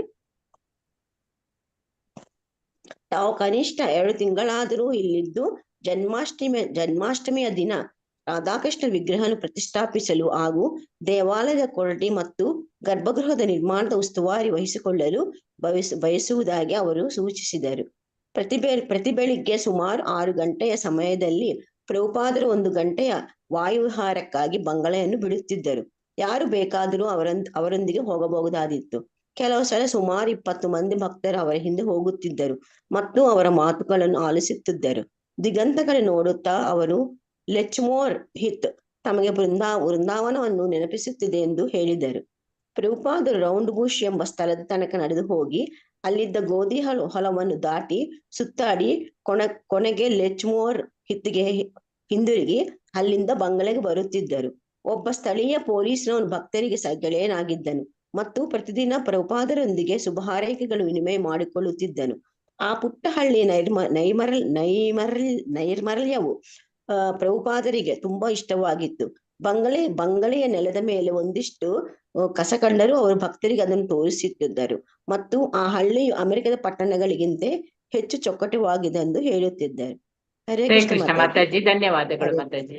ಶ್ರುತಿ ಮಾತಾಜಿ ಓದಿ. ಹರೇ ಕೃಷ್ಣ ಮಾತಾಜಿ. ಓದ್ಲಾ ಮಾತಾಜಿ? ಓದಿ. ಹರೇ ಕೃಷ್ಣ ಮಾತಾಜಿ. ಹರೇ ಕೃಷ್ಣ. ಅನೇಕ ಆಸಕ್ತ ವ್ಯಕ್ತಿಗಳು ಶ್ರೀಲ ಪ್ರಭುಪಾದರನ್ನು ಭೇಟಿ ಮಾಡಲು ಬರಲಿದ್ದಾರೆಂದು ಶ್ಯಾಮಸುಂದರನು ಆಶ್ವಾಸನೆ ನೀಡಿದ್ದನು. ಆಸಕ್ತ ವ್ಯಕ್ತಿಗಳು ಬರುತ್ತಿರುವ ತನಕ ತಾವು ಇಂಗ್ಲೆಂಡಿನಲ್ಲಿ ಉಳಿಯುವುದಾಗಿ ಪ್ರಭುಪಾದರು ಪ್ರತಿಕ್ರಿಯಿಸಿದ್ದರು. ಪ್ರತಿ ರಾತ್ರಿ ಒಬ್ಬರೋ ಇಬ್ಬರೋ ಪಂಡಿತರು, ಪಾದ್ರಿಗಳು ಮತ್ತು ಪ್ರಖ್ಯಾತ ವ್ಯಕ್ತಿಗಳು ಪ್ರಭುಪಾದರನ್ನು ಭೇಟಿಯಾಗಿ 1-2 ಗಂಟೆ ಅವರೊಂದಿಗೆ ಸಂವಾದದಲ್ಲಿ ತೊಡಗುತ್ತಿದ್ದರು. ಕೃಷ್ಣ ಪ್ರಜ್ಞೆಯ ತತ್ವವನ್ನು ಮುಖ್ಯವಾಗಿ ಬುದ್ಧಿವಂತರಾದ ವ್ಯಕ್ತಿಗಳೆದುರಿಗೆ ಮಂಡಿಸಲು ಪ್ರಭುಪಾದರು ಉತ್ಸುಕರಾಗಿದ್ದರು. ಗೀತೆ ಮತ್ತು ಭಾಗವತದ ವೈಷ್ಣವ ಪರಂಪರೆಯ ದಾರ್ಶನಿಕರಾಗಿ ಜಗತ್ತಿನಲ್ಲಿ ಅಗ್ರಗಣ್ಯರಾಗಿದ್ದ ಪ್ರಭುಪಾದರು ವೈದಿಕ ಸಾಹಿತ್ಯದ ತೀರ್ಮಾನಗಳನ್ನು ಕೂಲಂಕುಷವಾಗಿ ಗ್ರಹಿಸಿದ್ದರು. ಎಲ್ಲಾ ಸವಾಲುಗಳನ್ನು ಹಾಗೂ ನಿರೀಶ್ವರವಾದವನ್ನು ಎದುರಿಸಲು ಬೇಕಾದ ಅನುಭವ, ಸಾಮರ್ಥ್ಯ ಅವರಿಗಿತ್ತು. ಕ್ರಿಶ್ಚಿಯನ್ನರಿಂದ, ಮಾಯಾವಾದಿಗಳಿಂದ, ನಿರೀಶ್ವರವಾದಿಗಳಿಂದ ಹೀಗೆ ಪ್ರತಿಯೊಬ್ಬರಿಂದ ಏನನ್ನು ನಿರೀಕ್ಷಿಸಬಹುದೆಂದು ಅವರಿಗೆ ಗೊತ್ತಿತ್ತು. ತಮಗೆ ಪರಿಚಯವಿಲ್ಲದ ದಾರ್ಶನಿಕ ಅಥವಾ ತತ್ವ ಸಿದ್ಧಾಂತದ ಬಗ್ಗೆ ಯಾರಾದರೂ ಅತಿಥಿಗಳು ಪ್ರಸ್ತಾಪಿಸಿದಾಗ ಪ್ರಭುಪಾದರು ಸರಳವಾಗಿ ಕೇಳುತ್ತಿದ್ದರು. ಅವನ ದರ್ಶನವೇನು? ಆ ಹೊಸ ಜೀವನ ದರ್ಶನ ನಿಜಕ್ಕೂ ಏನೆಂಬುದನ್ನು ಅವರು ತಪ್ಪದೆ ಗುರುತಿಸುತ್ತಿದ್ದರು. ಅದು ಸಾಮಾನ್ಯವಾಗಿ ಒಂದು ಹೊಸ ತಿರುವಿನೊಂದಿಗೆ ಮಂಡಿಸಿದ ಹಳೆಯ ಪರಿಚಿತ ಪ್ರಾಪಂಚಿಕ ಸಿದ್ಧಾಂತವೇ ಆಗಿರುತ್ತಿತ್ತು. ಅದನ್ನು ಸುಲಭವಾಗಿ ಸೋಲಿಸಬಹುದಾಗಿತ್ತು ಅಥವಾ ಕೃಷ್ಣ ಪ್ರಜ್ಞೆಯೊಂದಿಗೆ ಪರಿಪೂರ್ಣಗೊಳಿಸಬಹುದಾಗಿತ್ತು. ಪ್ರಭುಪಾದರು ಕೃಷ್ಣನನ್ನು ವೈಭವೀಕರಿಸಲು ಮತ್ತು ಕೃಷ್ಣನ ಸಂದೇಶವನ್ನು ಸಾರಲು ಸದಾ ಕಾತರರಾಗಿರುತ್ತಿದ್ದರು. ಅನೇಕ ಬಾರಿ ಹೇಳಿದ ವಿಚಾರಗಳನ್ನೇ ಮತ್ತೆ ಮತ್ತೆ ಸಂಪೂರ್ಣ ಹೊಸ ಉತ್ಸಾಹದೊಂದಿಗೆ ಅವರು ಮಂಡಿಸುತ್ತಿದ್ದರು. ತಾವು ಯಾವುದೇ ಸ್ಥಳದಲ್ಲಾದರೂ ಹಾಲನ್ನೇ ಕೊಡುವ ಹಸುವಿನಂತೆ ಎಂದು ಅವರು ಹೇಳುತ್ತಿದ್ದರು. ಭಾರತದಲ್ಲಿರಲಿ ಅಥವಾ ಅಮೆರಿಕಾದಲ್ಲಿರಲಿ ಅಥವಾ ಇಂಗ್ಲೆಂಡಿನಲ್ಲಿರಲಿ ಅವರು ಸದಾ ಭಗವದ್ಗೀತೆಯ ಕ್ಷೀರಾಮೃತವನ್ನೇ ನೀಡುತ್ತಿದ್ದರು. ಮುಂಜಾನೆ ಚೈತನ್ಯ ಚರಿತಾಮೃತದ ಉಕ್ತ ಲೇಖನ, ಬೆಳಿಗ್ಗೆ ವಾಯುವಿಹಾರ, ಭಗವದ್ಗೀತೆಯ ಬಗ್ಗೆ ಪ್ರವಚನ, ಅತಿಥಿಗಳೊಂದಿಗೆ ಮಾತುಕತೆ, ಹೀಗೆ ಪ್ರಭುಪಾದರ ಇಡೀ ದಿನ ತಾತ್ವಿಕ ವಿಚಾರಗಳಲ್ಲೇ ಕಳೆಯುತ್ತಿತ್ತು. ಸ್ಕಾಟ್ಲೆಂಡಿನಲ್ಲಿ ಒಬ್ಬ ವ್ಯಕ್ತಿಯು ದೇವರನ್ನು ಜಿಜ್ಞಾಸೆಯ ಮೂಲಕ ಮಂಡಿಸಬೇಕಾದ ಅಗತ್ಯವಿಲ್ಲವೆಂದು ಸವಾಲು ಹಾಕಿದಾಗ ಪ್ರಭುಪಾದರು, ಹಾಗಿದ್ದರೆ ನಾನೇನು ಮಾಡಬೇಕೆಂದು ನಿನ್ನ ನಿರೀಕ್ಷೆ? ಅಡಗೋಲಜಿ ಕತೆ ಹೇಳಬೇಕೇ ಎಂದು ಕೇಳಿದ್ದರು. ಅನೇಕ ಬೌದ್ಧಿಕ ಸಂದೇಹಗಳಿಂದ ತುಂಬಿದ ಬುದ್ಧಿವಂತರೆಂದು ಕರೆಸಿಕೊಳ್ಳುವ ವ್ಯಕ್ತಿಗಳಿಗೆ ಮುಖ್ಯವಾಗಿ ಜಿಜ್ಞಾಸೆಯ ಅಗತ್ಯವಿದೆ. ಜೊತೆಗೆ ಸದಾ ಇತರರಿಗೆ ಕೃಷ್ಣನ ಬಗ್ಗೆ ಹೇಳುವುದು ಪ್ರೀತಿಯ ಸಂಕೇತ ಎಂದು ಪ್ರಭುಪಾದರು ಹೇಳುತ್ತಿದ್ದರು. ಹರೇ ಕೃಷ್ಣ ಮಾತಾಜಿ. ಹರೇ ಕೃಷ್ಣ ಮಾತಾಜಿ, ಧನ್ಯವಾದಗಳು ಮಾತಾಜಿ. ಧನ್ಯವಾದ. ಸರಿ ಕಮಲ ಮಾತಾಜಿ. ಹರೇ ಕೃಷ್ಣ ಮಾತಾಜಿ.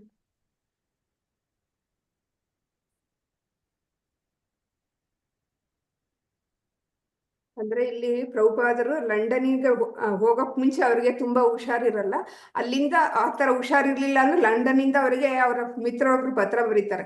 ಅವಾಗ ಅವರು, ನಾನು ಆಯ್ತು ಲಂಡನ್ಗೆ ಹೋಗ್ತೀನಿ, ಆರೋಗ್ಯ ಸುಧಾರಣೆಗೆ ಬೇರೆ ಬೇರೆ ಜಾಗಕ್ಕೆ ಹೋಗಿ ಅಂತ ಅವರ ಸ್ನೇಹಿತರೆಲ್ಲ ಹೇಳ್ತಾ ಇರ್ತಾರೆ. ಆದ್ರೆ ಪ್ರಭುಪಾದರು, ಇಲ್ಲ, ನಾನು ಆರೋಗ್ಯ ಸುಧಾರಣೆಗೆ ಬೇರೆ ಜಾಗಕ್ಕೆ ಹೋಗ್ತೀನಿ, ಆದ್ರೆ ನಾನು ಲಂಡನ್ಗೆ ಹೋಗ್ತೀನಿ, ಅಲ್ಲಿ ರಥಯಾತ್ರೆಯಲ್ಲೇ ನಾನು ಭಾಗವಹಿಸ್ತೀನಿ ಅಂತ ಅವರು ದೃಢ ನಿಶ್ಚಯ ಮಾಡಿ ಹೇಳ್ತಾರೆ.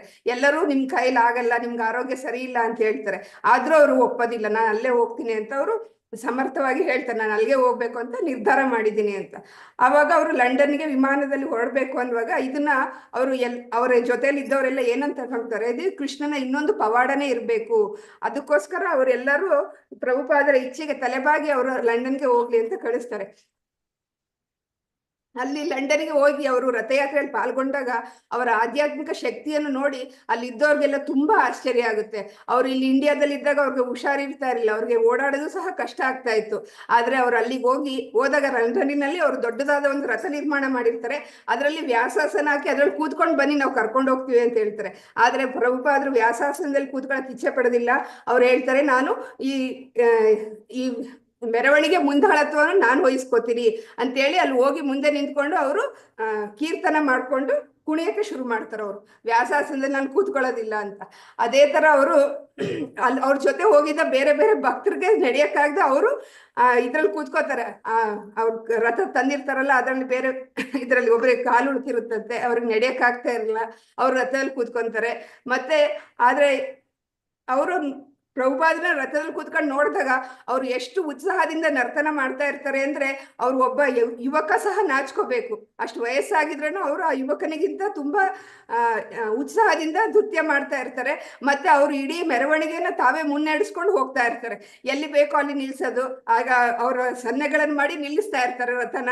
ಮತ್ತೆ ರಥ ಅವರು ಹೊರಟಕ್ಕೆ ಶುರುವಾದಾಗ ಅವ್ರು ಸ್ವಲ್ಪ ಮುಂದೆ ಹೋಗಿ ಅಲ್ಲಿ ಮುಂದೆ ನಿಂತ್ಕೊಂಡು ನೃತ್ಯ ಮಾಡ್ತಾ ಇರ್ತಾರೆ. ಆ ನೃತ್ಯವನ್ನು ನೋಡೋದಕ್ಕೆ ಅವರು ಚೈತನ್ಯ ಮಹಾಪ್ರಭುಗಳ ಕಾಲದಲ್ಲಿ ರಥಯಾತ್ರೆ ನಡೀತಲ್ಲ, ಅದನ್ನ ಅವ್ರ ನೆನಪಿಗೆ ಬರ್ತಾ ಇತ್ತಂತೆ. ಅಷ್ಟು ಸಾಂಗವಾಗಿ ಅವರು ರಥವನ್ನ ಮುನ್ನಡೆಸ್ತಾ ಇದ್ರು.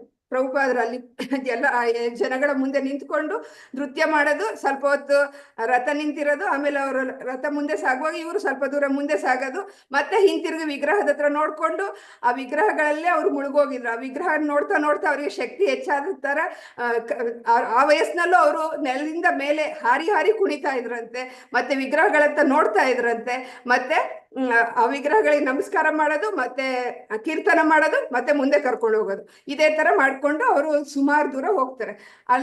ಆ ತರ ಹೋಗ್ತಾ ಇರ್ಬೇಕಾದ್ರೆ ಎಷ್ಟೊಂದ್ ಜನ ಮಧ್ಯೆ ಪೊಲೀಸ್ ಅವರೆಲ್ಲ ಬಂದು ಹೇಳ್ತಾರೆ ಇವ್ರಿಗೆ, ಪ್ರಭುಪಾದರ ಸ್ನೇಹಿತರ ಹತ್ರ, ಇವರು ಶ್ರುತಕೀರ್ತಿ ಅನ್ನೋರ ಹತ್ರ ಬಂದು, ಇವ್ರು ಪ್ರಭುಪಾದ್ರ ಈ ತರ ಕುಣಿತಾ ಇರೋದು ತೊಂದ್ರೆ ಆಗುತ್ತೆ, ಜನ ಎಲ್ಲ ಉದ್ರಿಕ್ತ ಆಗ್ತಾರೆ, ಜನಸಂದಣಿ ಕಂಟ್ರೋಲ್ ಮಾಡಕ್ ಆಗಲ್ಲ ನಮ್ಗೆ, ಆದ್ರಿಂದ ಅವ್ರಿಗೆ ಕೂತ್ಕೊಳಕ್ ಹೇಳಿ, ರಥದಲ್ಲಿ ಹೋಗಿ ಕೂತ್ಕೊಳಕ್ ಹೇಳಿ ಅಂತ.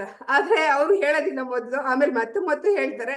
ಅವಾಗ ಅವ್ರಿಗೆ ಹೇಳ್ದಾಗ ಪ್ರಭುಪಾದ್ರ ಇಲ್ಲ ನಾನು ಕೂತ್ಕೊಳ್ಳಲ್ಲ, ನಾನು ಇದೇ ತರ ಹೋಗ್ತೀನಿ ಅಂತ ಅವರು ಎಲ್ಲಾ ಯುವಕರು ಸಹ ನಾಚ್ಕೋಬೇಕು, ಆ ತರ ನೃತ್ಯ ಮಾಡ್ಕೊಂಡು ರಥದ ಜೊತೆನೆ ಸಾಕ್ತಾರೆ. ಅಲ್ಲಿಂದ ಅವ್ರು ಎಲ್ಲಿಗೆ ಹೋಗ್ತಾರೆ, ಪಿಕಾಡಿಲಿ ಸರ್ಕಸ್ ತಲುಪಿದಾಗ ಅಲ್ಲಿ ತುಂಬಾ ಜನಸಂದಣಿ ಇರುತ್ತೆ.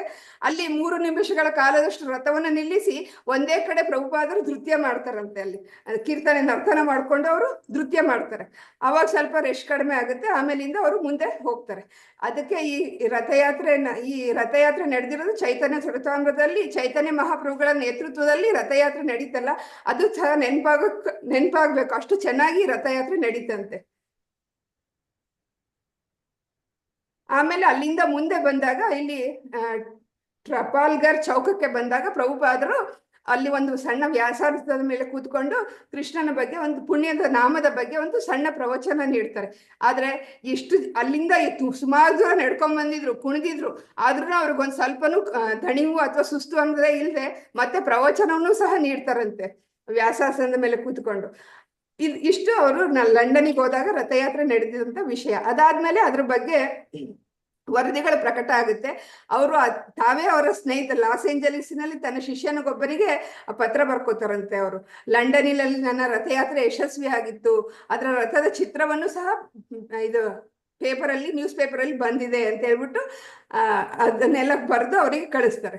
ಆಮೇಲೆ ನಾನೀಗ ಆರೋಗ್ಯವಾಗಿದ್ದೀನಿ, ನನ್ನ ಆರೋಗ್ಯ ಸರಿಯಾಗಿದೆ, ನಾನು ಪ್ರತಿನಿತ್ಯ ವಾಯು ಸಂಚಾರ ಮಾಡ್ತಾ ಇದ್ದೀನಿ, ಮತ್ತೆ ಬೆಳಗ್ಗೆ ಸಂಜೆ ಉಪನ್ಯಾಸನೂ ಸಹ ಕೊಡ್ತಾ ಇದ್ದೀನಿ ಅಂತ ಅವರ ಶಿಷ್ಯರೊಬ್ಬರಿಗೆ, ಲಂಡನ್ ಶಿಷ್ಯರಿಗೆ ಪತ್ರ ಬರೀತಾರೆ. ಹಾಗೆ ಮತ್ತು ಇನ್ನೂ ಒಂದು ಪತ್ರ ಬರೀತಾರೆ, ಇಲ್ಲಿ ನಮಗೆ ರಥಯಾತ್ರೆಯಲ್ಲಿ ನಮಗೆ ತುಂಬಾ ಒಳ್ಳೆ ಪ್ರತಿಕ್ರಿಯೆ ಸಿಕ್ತು, ಅದು ನನ್ನ ಎಷ್ಟು ಉತ್ತೇಜನ ಮಾಡಿದೆ ಅಂದ್ರೆ, ನಾನು ಎಷ್ಟು ದೂರದಿಂದ ಹೈಟ್ ಪಾರ್ಕ್ನಿಂದ ಟ್ರಫಾಲರ್ ಚೌಕದವರೆಗೂ ನಾನು ನಡೆದು ಬಂದೆ, ನರ್ತನ ಮಾಡ್ಕೊಂಡು ಬಂದೆ ಅಂತ ಅವರಿಗೆ ತುಂಬಾ ಖುಷಿ ಆಗುತ್ತೆ. ಅದನ್ನ ಇನ್ನೊಂದು ಪತ್ರದಲ್ಲಿ ಅವರ ಇನ್ನೊಬ್ರು ಶಿಷ್ಯರಿಗೆ ಬರೆದಿರೋದನ್ನ ಹೇಳ್ತಾ ಇರೋದಿಲ್ಲಿ.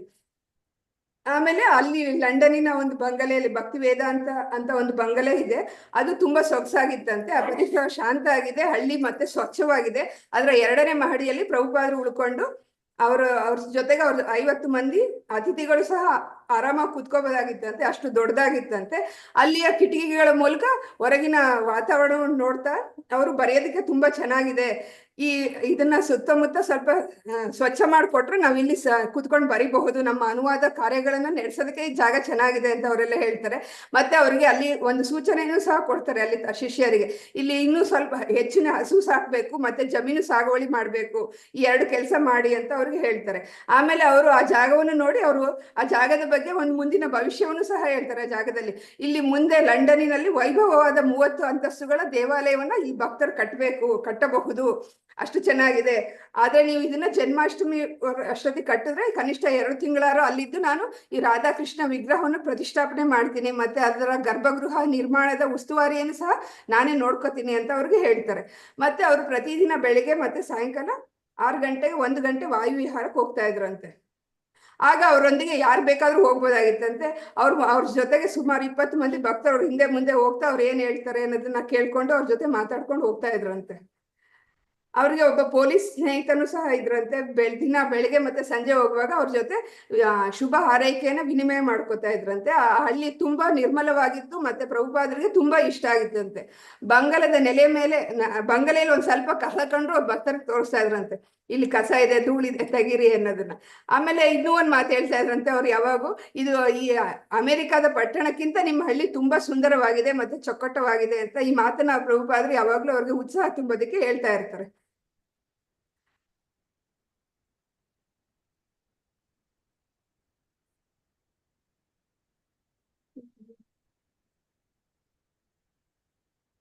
ಅವ್ರ ಜೊತೆಗೆ ದಿನ ಚರ್ಚೆ ಮಾಡೋದಕ್ಕೆ ಎಷ್ಟೊಂದ್ ಜನ ಬರ್ತಾ ಇರ್ತಾರೆ.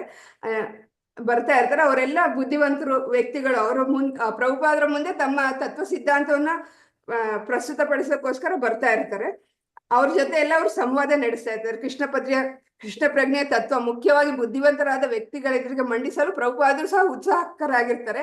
ಅವ್ರ ಜೊತೆ ಎಲ್ಲ ಗೀತೆ ಮತ್ತು ಭಾಗವತ ಪರಂಪರೆಗಳನ್ನ ವಿಷಯವಾಗಿ ಅವರು ತಿಳಿಸ್ಕೊಡ್ತಾ ಇರ್ತಾರೆ.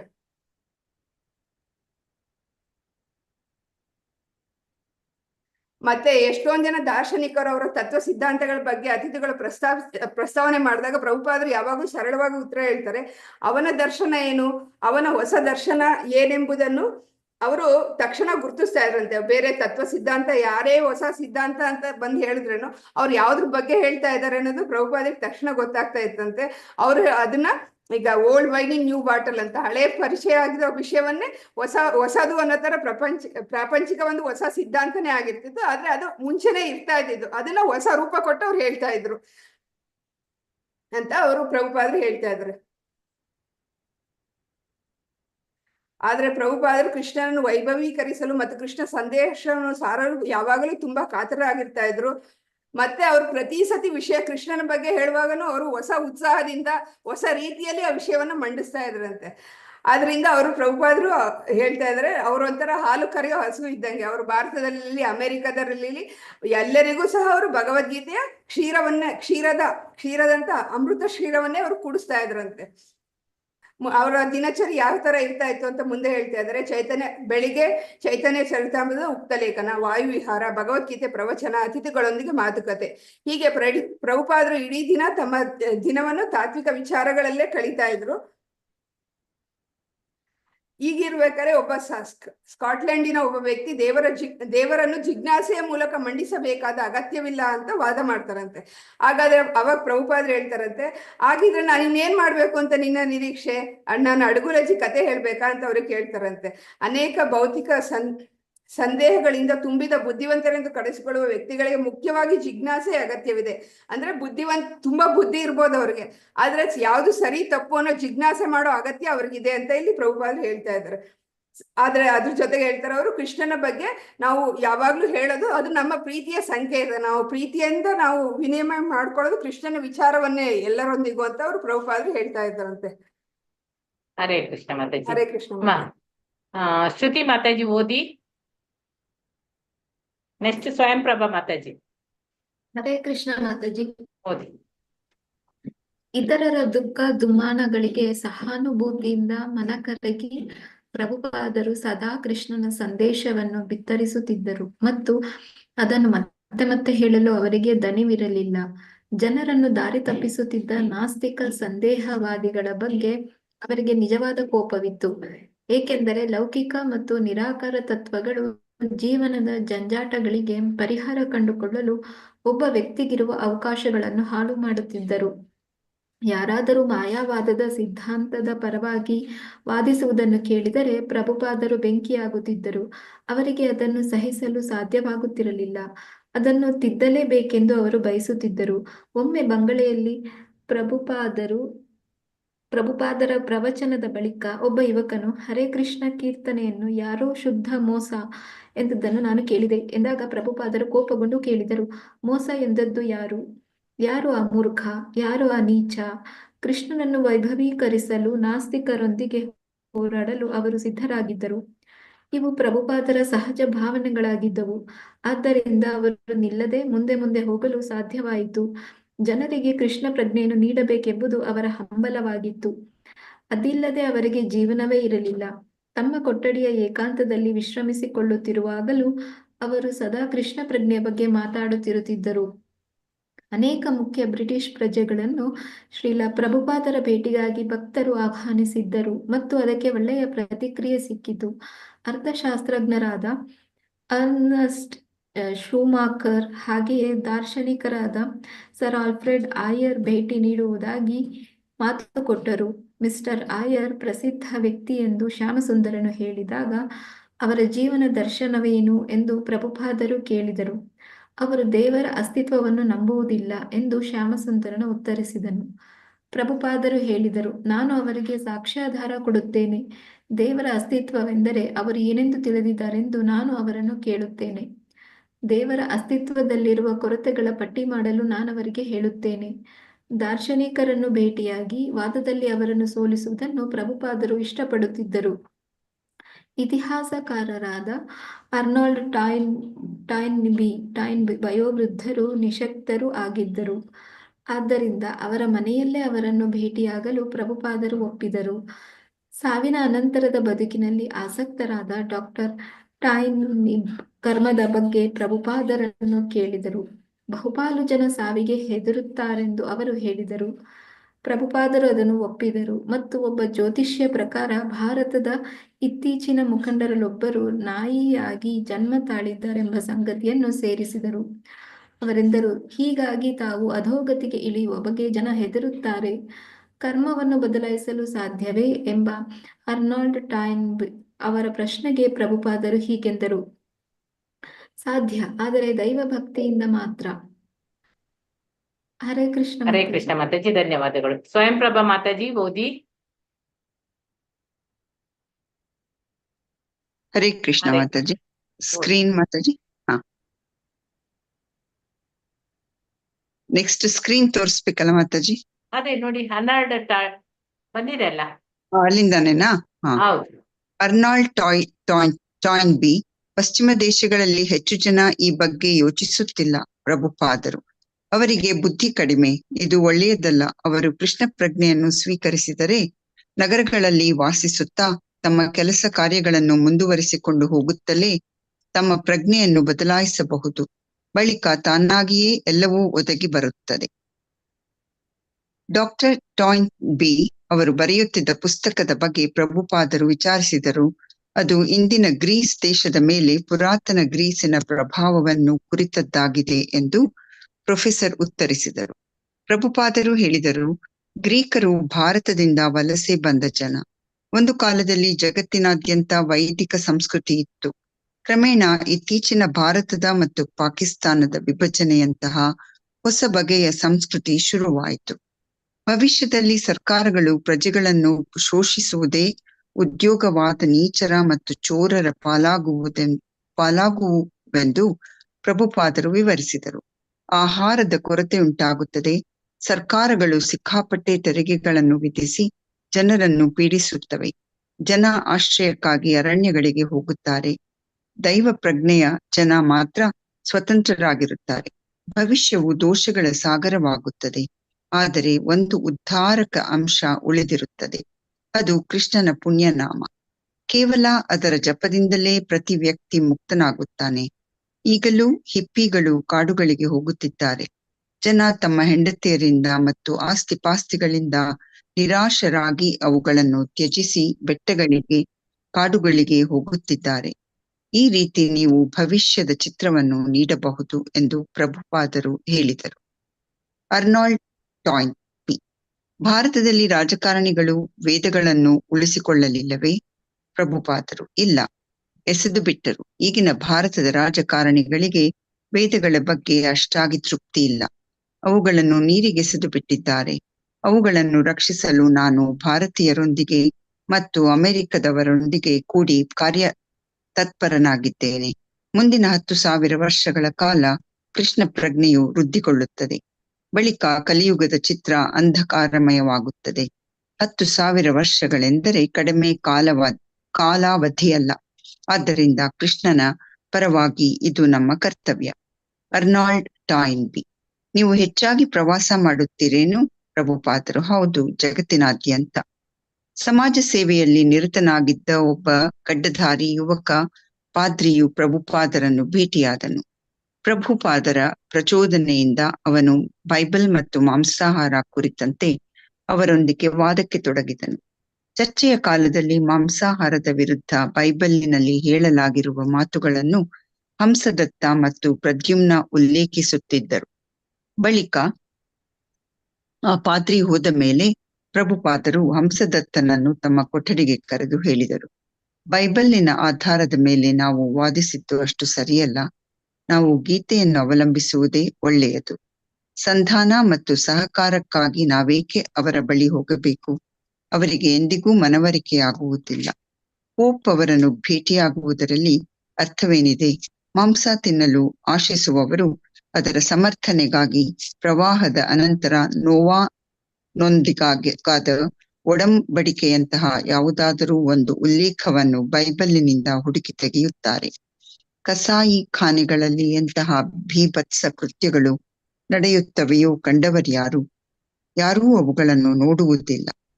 ಮರುದಿನ ಬೆಳಗ್ಗೆ ತಮ್ಮ ವಾಯು ವಿಹಾರದ ಸಮಯದಲ್ಲಿ ಸ್ಕ್ರೀನ್ ಮೇಲ್ ಮಾಡ್ಬೇಕು ಮಾತಾಜಿ. ಹರೇ ಸಾಕು ಕೃಷ್ಣ. ಮಾತಾಜಿ, ಸಾಕು ಮಾತಾಜಿ. ಹರೇ ಕೃಷ್ಣ ಮಾತಾಜಿ. ಹರೇ ಕೃಷ್ಣ. ಧನ್ಯವಾದಗಳು ಧನ್ಯವಾದ. ಮಾತಾಜಿ. ಸರಿ ಕಮಲ ಧನ್ಯವಾದ. ಮಾತಾಜಿ.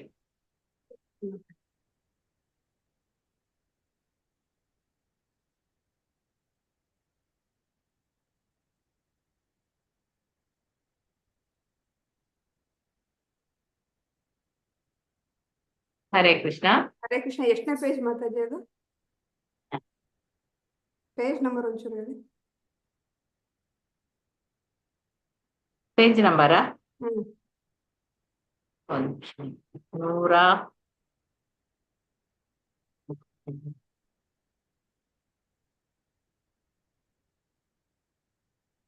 195 last para. ಹಾ, ಅಂದ್ರೆ ಅವರು ವಾದ ಮಾಡ್ತಾ ಇರ್ತಾರೆ. ಅಂದ್ರೆ ಬೆಳಿಗ್ಗೆ ಅವ್ರ ಕೆಲಸ ದಿನಚರಿ ಬಗ್ಗೆ ನಾವು ತಿಳ್ಕೊಂಡಿದ್ವಿ. ಅಲ್ಲಿಂದ ಮುಂದೆ ಬರೆದು ಅವ್ರು ಹೇಳ್ತಾರೆ, ಈ ತರದ ಅವ್ರಿಗೆ ಯಾರ ಜೊತೆ ಆದ್ರೂ ಕೃಷ್ಣನ ಬಗ್ಗೆ ಯೋಚನೆ ಮಾಡೋದಿಕ್ ಮಾತ್ರ ಅವ್ರಿಗೆ ಯಾವುದೇ ತರ ದಣಿವಿರ್ತಾ ಇರ್ಲಿಲ್ವಂತೆ. ಅವರ ಈ ತರ ದುಃಖದ ಬಗ್ಗೆ ಅವ್ರ ಸಹಾನುಭೂತಿ ಇರ್ತಾ ಇತ್ತು. ಅವರು ಎಲ್ಲರೊಂದಿಗೂ ಸಹ ಕೃಷ್ಣನ ಸಂದೇಹವನ್ನು ಬಿತ್ತರ ಮಾಡದೆ ಅವರು ಪ್ರಯತ್ನ ಮಾಡ್ತಾ ಇದ್ರು. ಆ ವಿಷಯ ಮಾತಾಡಕ್ಕೆ ಅವ್ರಿಗೆ ಯಾವುದೇ ದಣಿವಿರ್ತಾ ಇರಲಿಲ್ಲ. ಆದ್ರೆ ಜನರನ್ನು ದಾರಿ ತಪ್ಪಿಸುತ್ತಿರುವ ನಾಸ್ತಿಕವಾದಿಗಳ ಬಗ್ಗೆ ಅವರಿಗೆ ತುಂಬಾ ಕೋಪವಿತ್ತು. ಏಕೆಂದರೆ ಅದು ಅವ್ರಿಗೆ ಕೋಪ ಇತ್ತು. ಏನಕ್ಕಪ್ಪ ಅಂದ್ರೆ, ಆ ಒಬ್ಬ ನಾಸ್ತಿಕವಾದಿ ಯಾರೋ ಒಬ್ರು ಉದ್ಧಾರ ಆಗ್ತಾ ಇದ್ದಾರೆ ಅಂದ್ರೂ ಬಿಡ್ದಂಗೆ ಅವ್ರನ್ನ ಮತ್ತೆ ಜೀವನ ಜಂಡಾಟಕ್ಕೆ ಸಿಗಿಸ್ತಾ ಇರ್ತಾರೆ. ಆದ್ರಿಂದ ಅವ್ರ ಬಗ್ಗೆ ಅವ್ರಿಗೆ ಕೋಪ ಇರ್ತಾ ಇತ್ತು. ಅವ್ರು ತಾವು ಹಾಳಾಗೋದಲ್ಲದೆ ಅವ್ರನ್ನೂ ಸಹ ಹಾಳು ಮಾಡ್ತಾ ಇದ್ದಾರೆ ಅಂತ. ಅದೇ ಹೊತ್ತಿನಲ್ಲಿ ಪ್ರಭುಪಾದರಿಗೆ ಯಾರಾದರೂ ಈ ಮಾಯವಾದ ಸಿದ್ಧಾಂತ ಪರವಾಗಿ ವಾದಿಸೋರ್ನ ಕಂಡ್ರೆ ಅವ್ರಿಗೆ ತುಂಬಾ ಕೋಪ ಬರ್ತಾ ಇತ್ತಂತೆ. ಅದನ್ನ ಅವ್ರಿಗೆ ಸಹಿಸಕ್ ಆಗ್ತಾ ಇರಲಿಲ್ಲ. ಅದೇ ಸಮಯದಲ್ಲಿ ಅವ್ರನ್ನ ತಿದ್ಲೇಬೇಕು, ಅವ್ರಿಗೆ ಸರಿಯಾಗಿ ಕೃಷ್ಣ ಪ್ರಜ್ಞೆ ಅಂದ್ರೆ ಏನು ಅಂತ ತಿಳಿಸ್ಬೇಕು ಅಂತ ಅವ್ರಿಗೆ ಯಾವಾಗೂ ಅದನ್ನ ಪ್ರಯತ್ನ ಮಾಡ್ತಾ ಇರ್ತಾರಂತೆ. ಈಗಿರೋ ಮುಂದೆ ಯಾರೋ ಒಬ್ಬ ಯುವಕ ಹೇಳ್ತಾನಂತೆ, ಯಾರೋ ಒಬ್ರು ಹೇಳ್ತಾ ಇದ್ರು ಕೃಷ್ಣ ಪ್ರಜ್ಞೆ ಅಂದ್ರೆ ಶುದ್ಧ ಮೋಸ ಅಂತ ನಾನು ಕೇಳಿದ್ದೀನಿ ಅಂತ. ಆ ಮಾತು ಕೇಳಿದ ತಕ್ಷಣ ಪ್ರಭುಪಾದರಿಗೆ ತುಂಬಾ ಕೋಪ ಬಂದ್ಬಿಡುತ್ತೆ. ಮೋಸ? ಎಂತ ಮೋಸ? ಯಾರು ಹೇಳಿದ್ದು? ಯಾರು ಆ ಮೂರ್ಖ, ಆ ನೀಚ ಅಂತ ಅವರು ಕೇಳ್ತಾರೆ. ಆ ತರ ಅವರು ಯಾರೇ ಆಗ್ಲಿ ಈ ನಾಸ್ತಿಕವಾದವನ್ನ ಮಂಡಿಸ್ತಾ ಇರ್ತಾರೆ ಅಂದ್ರೆ ಅದ್ರ ವಿರುದ್ಧವಾಗಿ ಹೋರಾಡೋದಿಕ್ಕೆ ಅವರು ಸಹಜವಾಗಿ ಎದ್ದು ನಿಂತ್ಕೊಂತಾ ಇದ್ರು. ಅದು ಅವರ ಸಹಜ ಭಾವನೆ ಆಗಿರ್ತಾ ಇತ್ತಂತೆ. ಆದ್ರಿಂದ ಅಂತವ್ರಿಗೆಲ್ಲ ಅವ್ರು ಕೃಷ್ಣ ಪ್ರಜ್ಞೆ ಕೊಡ್ಬೇಕು ಅನ್ನೋದು ಅವ್ರ ಹಂಬಲ ಆಗಿತ್ತು. ಅವ್ರಿಗೆ ಯಾರಿಗಾರು ಒಬ್ರಿಗೆ ಕೃಷ್ಣ ಪ್ರಜ್ಞೆ ಬಗ್ಗೆ ಬೋಧನೆ ಮಾಡ್ಲಿಲ್ಲ ಅಂದ್ರೆ ಅವ್ರ ಜೀವನಕ್ಕೆ ಸಮಾಧಾನನೇ ಇರ್ತಾ ಇರ್ಲಿಲ್ವಂತೆ. ಅವರು ಸಾಮಾನ್ಯವಾಗಿ ಕೊಠಡಿಯಲ್ಲಿ ವಿಶ್ರಾಂತಿ ತಗೊಳ್ಳೋ ಮುಂದೆನೂ ಸಹ ಅವ್ರ ಜೊತೆ ಯಾರು ಮಾತಾಡ್ತಾ ಇದ್ರೆ ಅವ್ರಿಗೆ ಕೃಷ್ಣ ಪ್ರಜ್ಞೆ ವಿಷಯದ ಬಗ್ಗೆನೇ ಅವರು ತಿಳಿಸಿ ಹೇಳ್ತಾ ಇರ್ತಾರಂತೆ. ಇದೇ ಸಮಯದಲ್ಲಿ ಅನೇಕ ಬ್ರಿಟಿಷ್ ಭಕ್ತರು ಅವ್ರನ್ನ ಭೇಟಿಯಾಗಕ್ಕೆ ಬಂದಿರ್ತಾರೆ. ಅದರಲ್ಲಿ ಒಬ್ರು ಯಾರಪ್ಪ ಅಂದ್ರೆ ಅರ್ಥಶಾಸ್ತ್ರನಾದ ಅರ್ನಸ್ಟ್ ಶಮಾನ್ಕರ್ ಮತ್ತು ದಾರ್ಶನಿಕ ಆಲ್ಫ್ರೆಡ್ ಅಯ್ಯರ್ ಅವ್ರು ಭೇಟಿ ನೀಡ್ತೀವಿ ಅಂತ ಹೇಳ್ತಾರಂತೆ. ಅವಾಗ ಅವ್ರು ಕೇಳ್ತಾರೆ ಅವರ ಶಿಷ್ಯ ಶ್ಯಾಮಸುಂದರನನ್ನ, ಅವ್ರು ಯಾರು ಮಿಸ್ಟರ್ ಅಯ್ಯರ್ ಅಂದ್ರೆ ಯಾರು, ಅವರ ಜೀವನದ ದರ್ಶನವೇನು ಅಂತಾರೆ. ಅವ್ರು ಹೇಳ್ತಾರೆ ಅವರ ಜೀವನದ ದರ್ಶನ ಅಂದ್ರೆ ಅವರು ದೇವ್ರನ್ನೇ ನಂಬಲ್ಲ ಅಂತ ಅವರ ಶಿಷ್ಯ ಶ್ಯಾಮಸುಂದರ ಹೇಳ್ತಾರೆ. ಆಗ ಪ್ರಭುಪಾದರು ಹೇಳ್ತಾರೆ, ನಾನು ಅವ್ರಿಗೆ ಶಾಸ್ತ್ರಾಧಾರವನ್ನು ಕೊಡ್ತೀನಿ. ದೇವರ ಅಸ್ತಿತ್ವ ಅಂದ್ರೆ ಏನು ಅಂತ ನಾನು ಅವ್ರಿಗೆ ತಿಳಿಸ್ಕೊಡ್ತೀನಿ. ಅವರಿಗೆ ನಾನು ದೇವರ ಅಸ್ತಿತ್ವದಲ್ಲಿರೋ ಕೊರತೆ ಏನು ಅನ್ನೋದನ್ನ ಪಟ್ಟಿ ಮಾಡಲು ಹೇಳ್ತೀನಿ. ಅದೇ ತರ ಈ ತರ ಅವರು ಯಾರಾದ್ರೂ ಅವರು ದೇವರ ಅಸ್ತಿತ್ವ ನಂಬಲ್ಲ ಅನ್ನೋ ದಾರ್ಶನಿಕರಿದ್ರೆ ಅವ್ರನ್ನ ಸೋಲಿಸಕ್ಕೆ ಪ್ರಭುಪಾದರು ಯಾವಾಗ್ಲೂ ಇಷ್ಟಪಡ್ತಾ ಇರ್ತಾರಂತೆ. ಅವರು ಒಬ್ಬರು ಇತಿಹಾಸಕಾರರಾದ ಆಲ್ಬರ್ಟ್ ಟಾಯ್ನ್ ಬಿ ಅನ್ನೋ ವಯೋವೃದ್ಧರು ನಿಶ್ಶಕ್ತರಾಗಿರುವಂತ ಇತಿಹಾಸಕಾರರನ್ನ ಭೇಟಿ ಆಗ್ತಾರಂತೆ. ಅವರು ತುಂಬಾ ವಯಸ್ಸಾಗಿದ್ದರಿಂದ ಪ್ರಭುಪಾದರೆ ಅವ್ರು ಭೇಟಿ ಮಾಡಕ್ ಹೋಗ್ತಾರಂತೆ. ಅವಾಗ ಅವ್ರು ಕೇಳ್ತಾರೆ, ಅವರು ಕರ್ಮದ ಬಗ್ಗೆ ಪ್ರಭುಪಾದರನ್ನ ಪ್ರಶ್ನೆ ಕೇಳ್ತಾರೆ. ಆದ್ರೆ ಅದ್ರ ಬಗ್ಗೆ ಮಾತಾಡ್ತಾರೆ. ಆಮೇಲೆ ಬಹುಪಾಲು ಜನ ಸಾವಿಗೆ ಎದುರ್ತಾರಲ್ವಾ ಅಂದಾಗ ಪ್ರಭುಪಾದರು ಆ ಮಾತನ್ನು ಒಪ್ಕೋತಾರಂತೆ. ಅವಾಗ ಒಬ್ಬ ಜ್ಯೋತಿಷ ಪ್ರಕಾರ ಅವ್ರು ಹೇಳ್ತಾರೆ, ಭಾರತದಲ್ಲಿ ಇತ್ತೀಚಿನ ಮುಖಂಡರೊಬ್ರು ಸತ್ತಿದಾರಲ್ಲ, ಅವ್ರು ನಾಯಿಯಾಗಿ ಜನ್ಮ ತಳೆದಿದ್ದಾರೆ ಅಂದಾಗ ಅವರು ಹೇಳ್ತಾರೆ, ಹೌದು ಕರ್ಮವನ್ನು ಬದಲಾಯಿಸಕ್ ಸಾಧ್ಯ ಇಲ್ಲ, ಆದ್ರೂ ಅವ್ರು ಆ ಕೆಲಸ ಮಾಡಿದ್ರೆ ಈಗ ಅದೇ ಜನ್ಮದಲ್ಲಿ ಇರ್ತಾರೆ ಅಂತ ಇವ್ರು ಪ್ರಭುಪಾದರು ಹೇಳ್ತಾರೆ. ಅವಾಗ ಇವ್ರು ಕೇಳ್ತಾರೆ ಅರ್ನಾಲ್ಡ್ ಟಾಯ್ನ್ಬಿ, ಈ ಕರ್ಮವನ್ನು ಬದಲಾಯಿಸಕ್ ಸಾಧ್ಯನೇ ಅಂತ. ಅವಾಗ ಅವ್ರು ಹೇಳ್ತಾರೆ ಹೌದು ಸಾಧ್ಯ, ಅದು ಅದು ಹೆಂಗ್ ಸಾಧ್ಯ ಅಂದ್ರೆ ದೈವಭಕ್ತಿಯಿಂದ ಮಾತ್ರ ಸಾಧ್ಯ ಅಂತ ಹೇಳ್ತಾರೆ. ಆದ್ರಿಂದ ಅವಾಗ ಹೇಳ್ತಾರೆ ಅವರು, ಈ ಪಶ್ಚಿಮ ದೇಶದಲ್ಲಿ ಯಾರು ಈ ಬಗ್ಗೆ ಯೋಚನೆ ಮಾಡ್ತಾ ಇಲ್ಲ ಅಂದಾಗ, ಹೌದು ಅವರಿಗೆ ಬುದ್ಧಿ ಕಡಿಮೆ, ಒಳ್ಳೇದನ್ನ ಕೃಷ್ಣ ಪ್ರಜ್ಞೆನ ಸ್ವೀಕರಿಸಿದ್ರೆ ಅವ್ರಿಗೆ ಒಳ್ಳೇದಾಗುತ್ತೆ. ಆದ್ರೆ ಆ ಕೃಷ್ಣ ಪ್ರಜ್ಞೆ ಸ್ವೀಕರಿಸಿ ಆ ಮಾರ್ಗದಲ್ಲಿ ನಡೀತಾ ಇದ್ರೆ ಅವ್ರ ಪ್ರಜ್ಞೆ ಬದಲಾಗಬಹುದು, ಆದ್ರೆ ಅದನ್ನ ಪ್ರಯತ್ನ ಮಾಡ್ಬೇಕು ಅವರು ಅಂತ ಹೇಳ್ತಾರೆ. ಆಮೇಲೆ ನೀವು ಯಾವ ತರ ಪುಸ್ತಕ ಬರೀತಾ ಇರ್ತೀರ ಅಂತ ಟಾಯ್ನ್ಬಿ ಕೇಳಿದಾಗ ಅವ್ರು ಹೇಳ್ತಾರೆ, ನಾನು ಇಂದಿನ ಗ್ರೀಸರ ಬಗ್ಗೆ, ಪುರಾತನ ಗ್ರೀಸ್ನ ಪ್ರಭಾವ ಕುರಿತ ವಿಷಯವಾಗಿ ಪ್ರಬಂಧ ಬರಿತಾ ಇದ್ದೀನಿ ಅಂತ, ಪುಸ್ತಕ ಬರಿತಾ ಇದ್ದೀನಿ ಅಂತ ಅವ್ರು ಹೇಳ್ತಾರೆ. ಅವಾಗ ಪ್ರಭುಪಾದರು ಹೇಳ್ತಾರೆ, ಗ್ರೀಕರು ಅಂದ್ರೆ ಯಾರು ಅಂತ ತಿಳ್ಕೊಂಡಿದ್ದಾರೆ, ಅವರು ವೈದಿಕ ಕಾಲದಲ್ಲಿ ಭಾರತದಿಂದ ಬಂದಂತ ಜನ.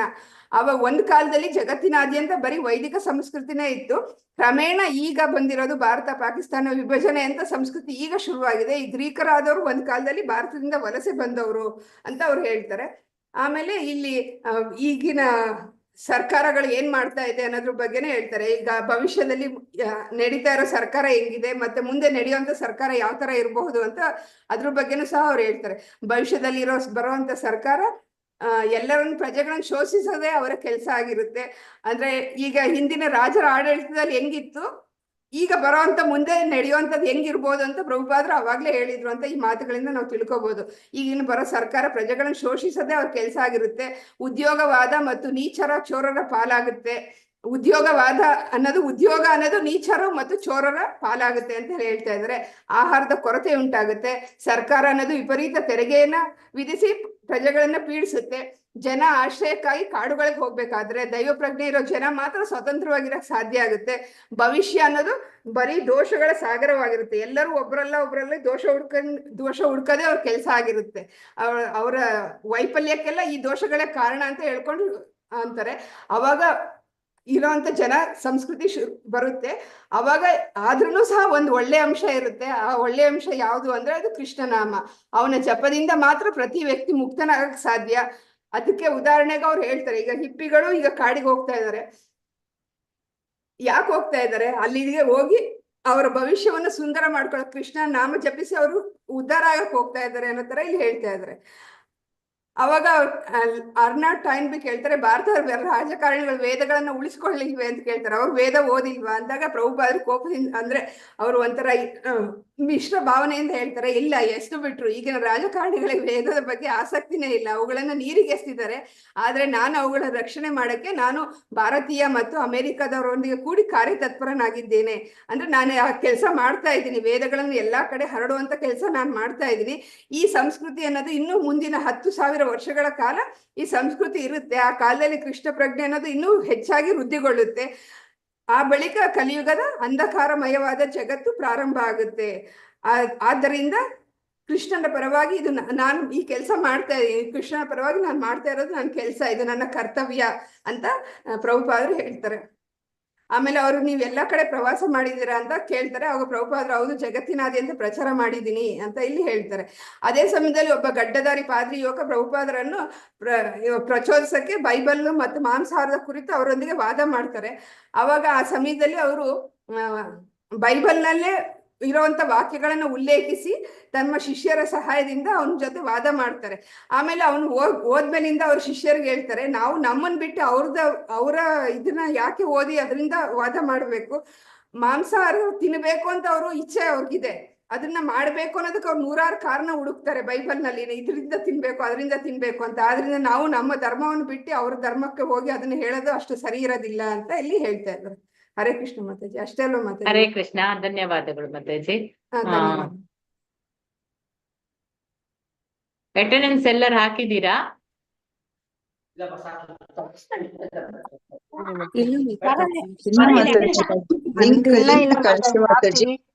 ಪುನಃ ಕಳಿಸ್ಬೇಕಾ? ಓಕೆ ಮಾತಾಜಿ ನಾನು ಹಾಕಿದೀನಿ. ಮೊನ್ನೆ ಗುರುವಾರದ್ದು ಹಾಕೋಷ್ಟೊತ್ತಿಗೆ ನಿಮ್ದು ಇದು ಇಂಟರ್ನೆಟ್ ಇಂದ ನಮ್ದು ಆಫ್ ಆಗ್ಬಿಡ್ತು. ಗುರುವಾರ ಹಾಕ್ಲಿಕ್ಕೆ ಆಗ್ಲಿಲ್ಲ. ಅದು ಮಾತಾಜಿ ಎಸ್ ಆಗ್ತೇನೆ. ಆಯ್ತು.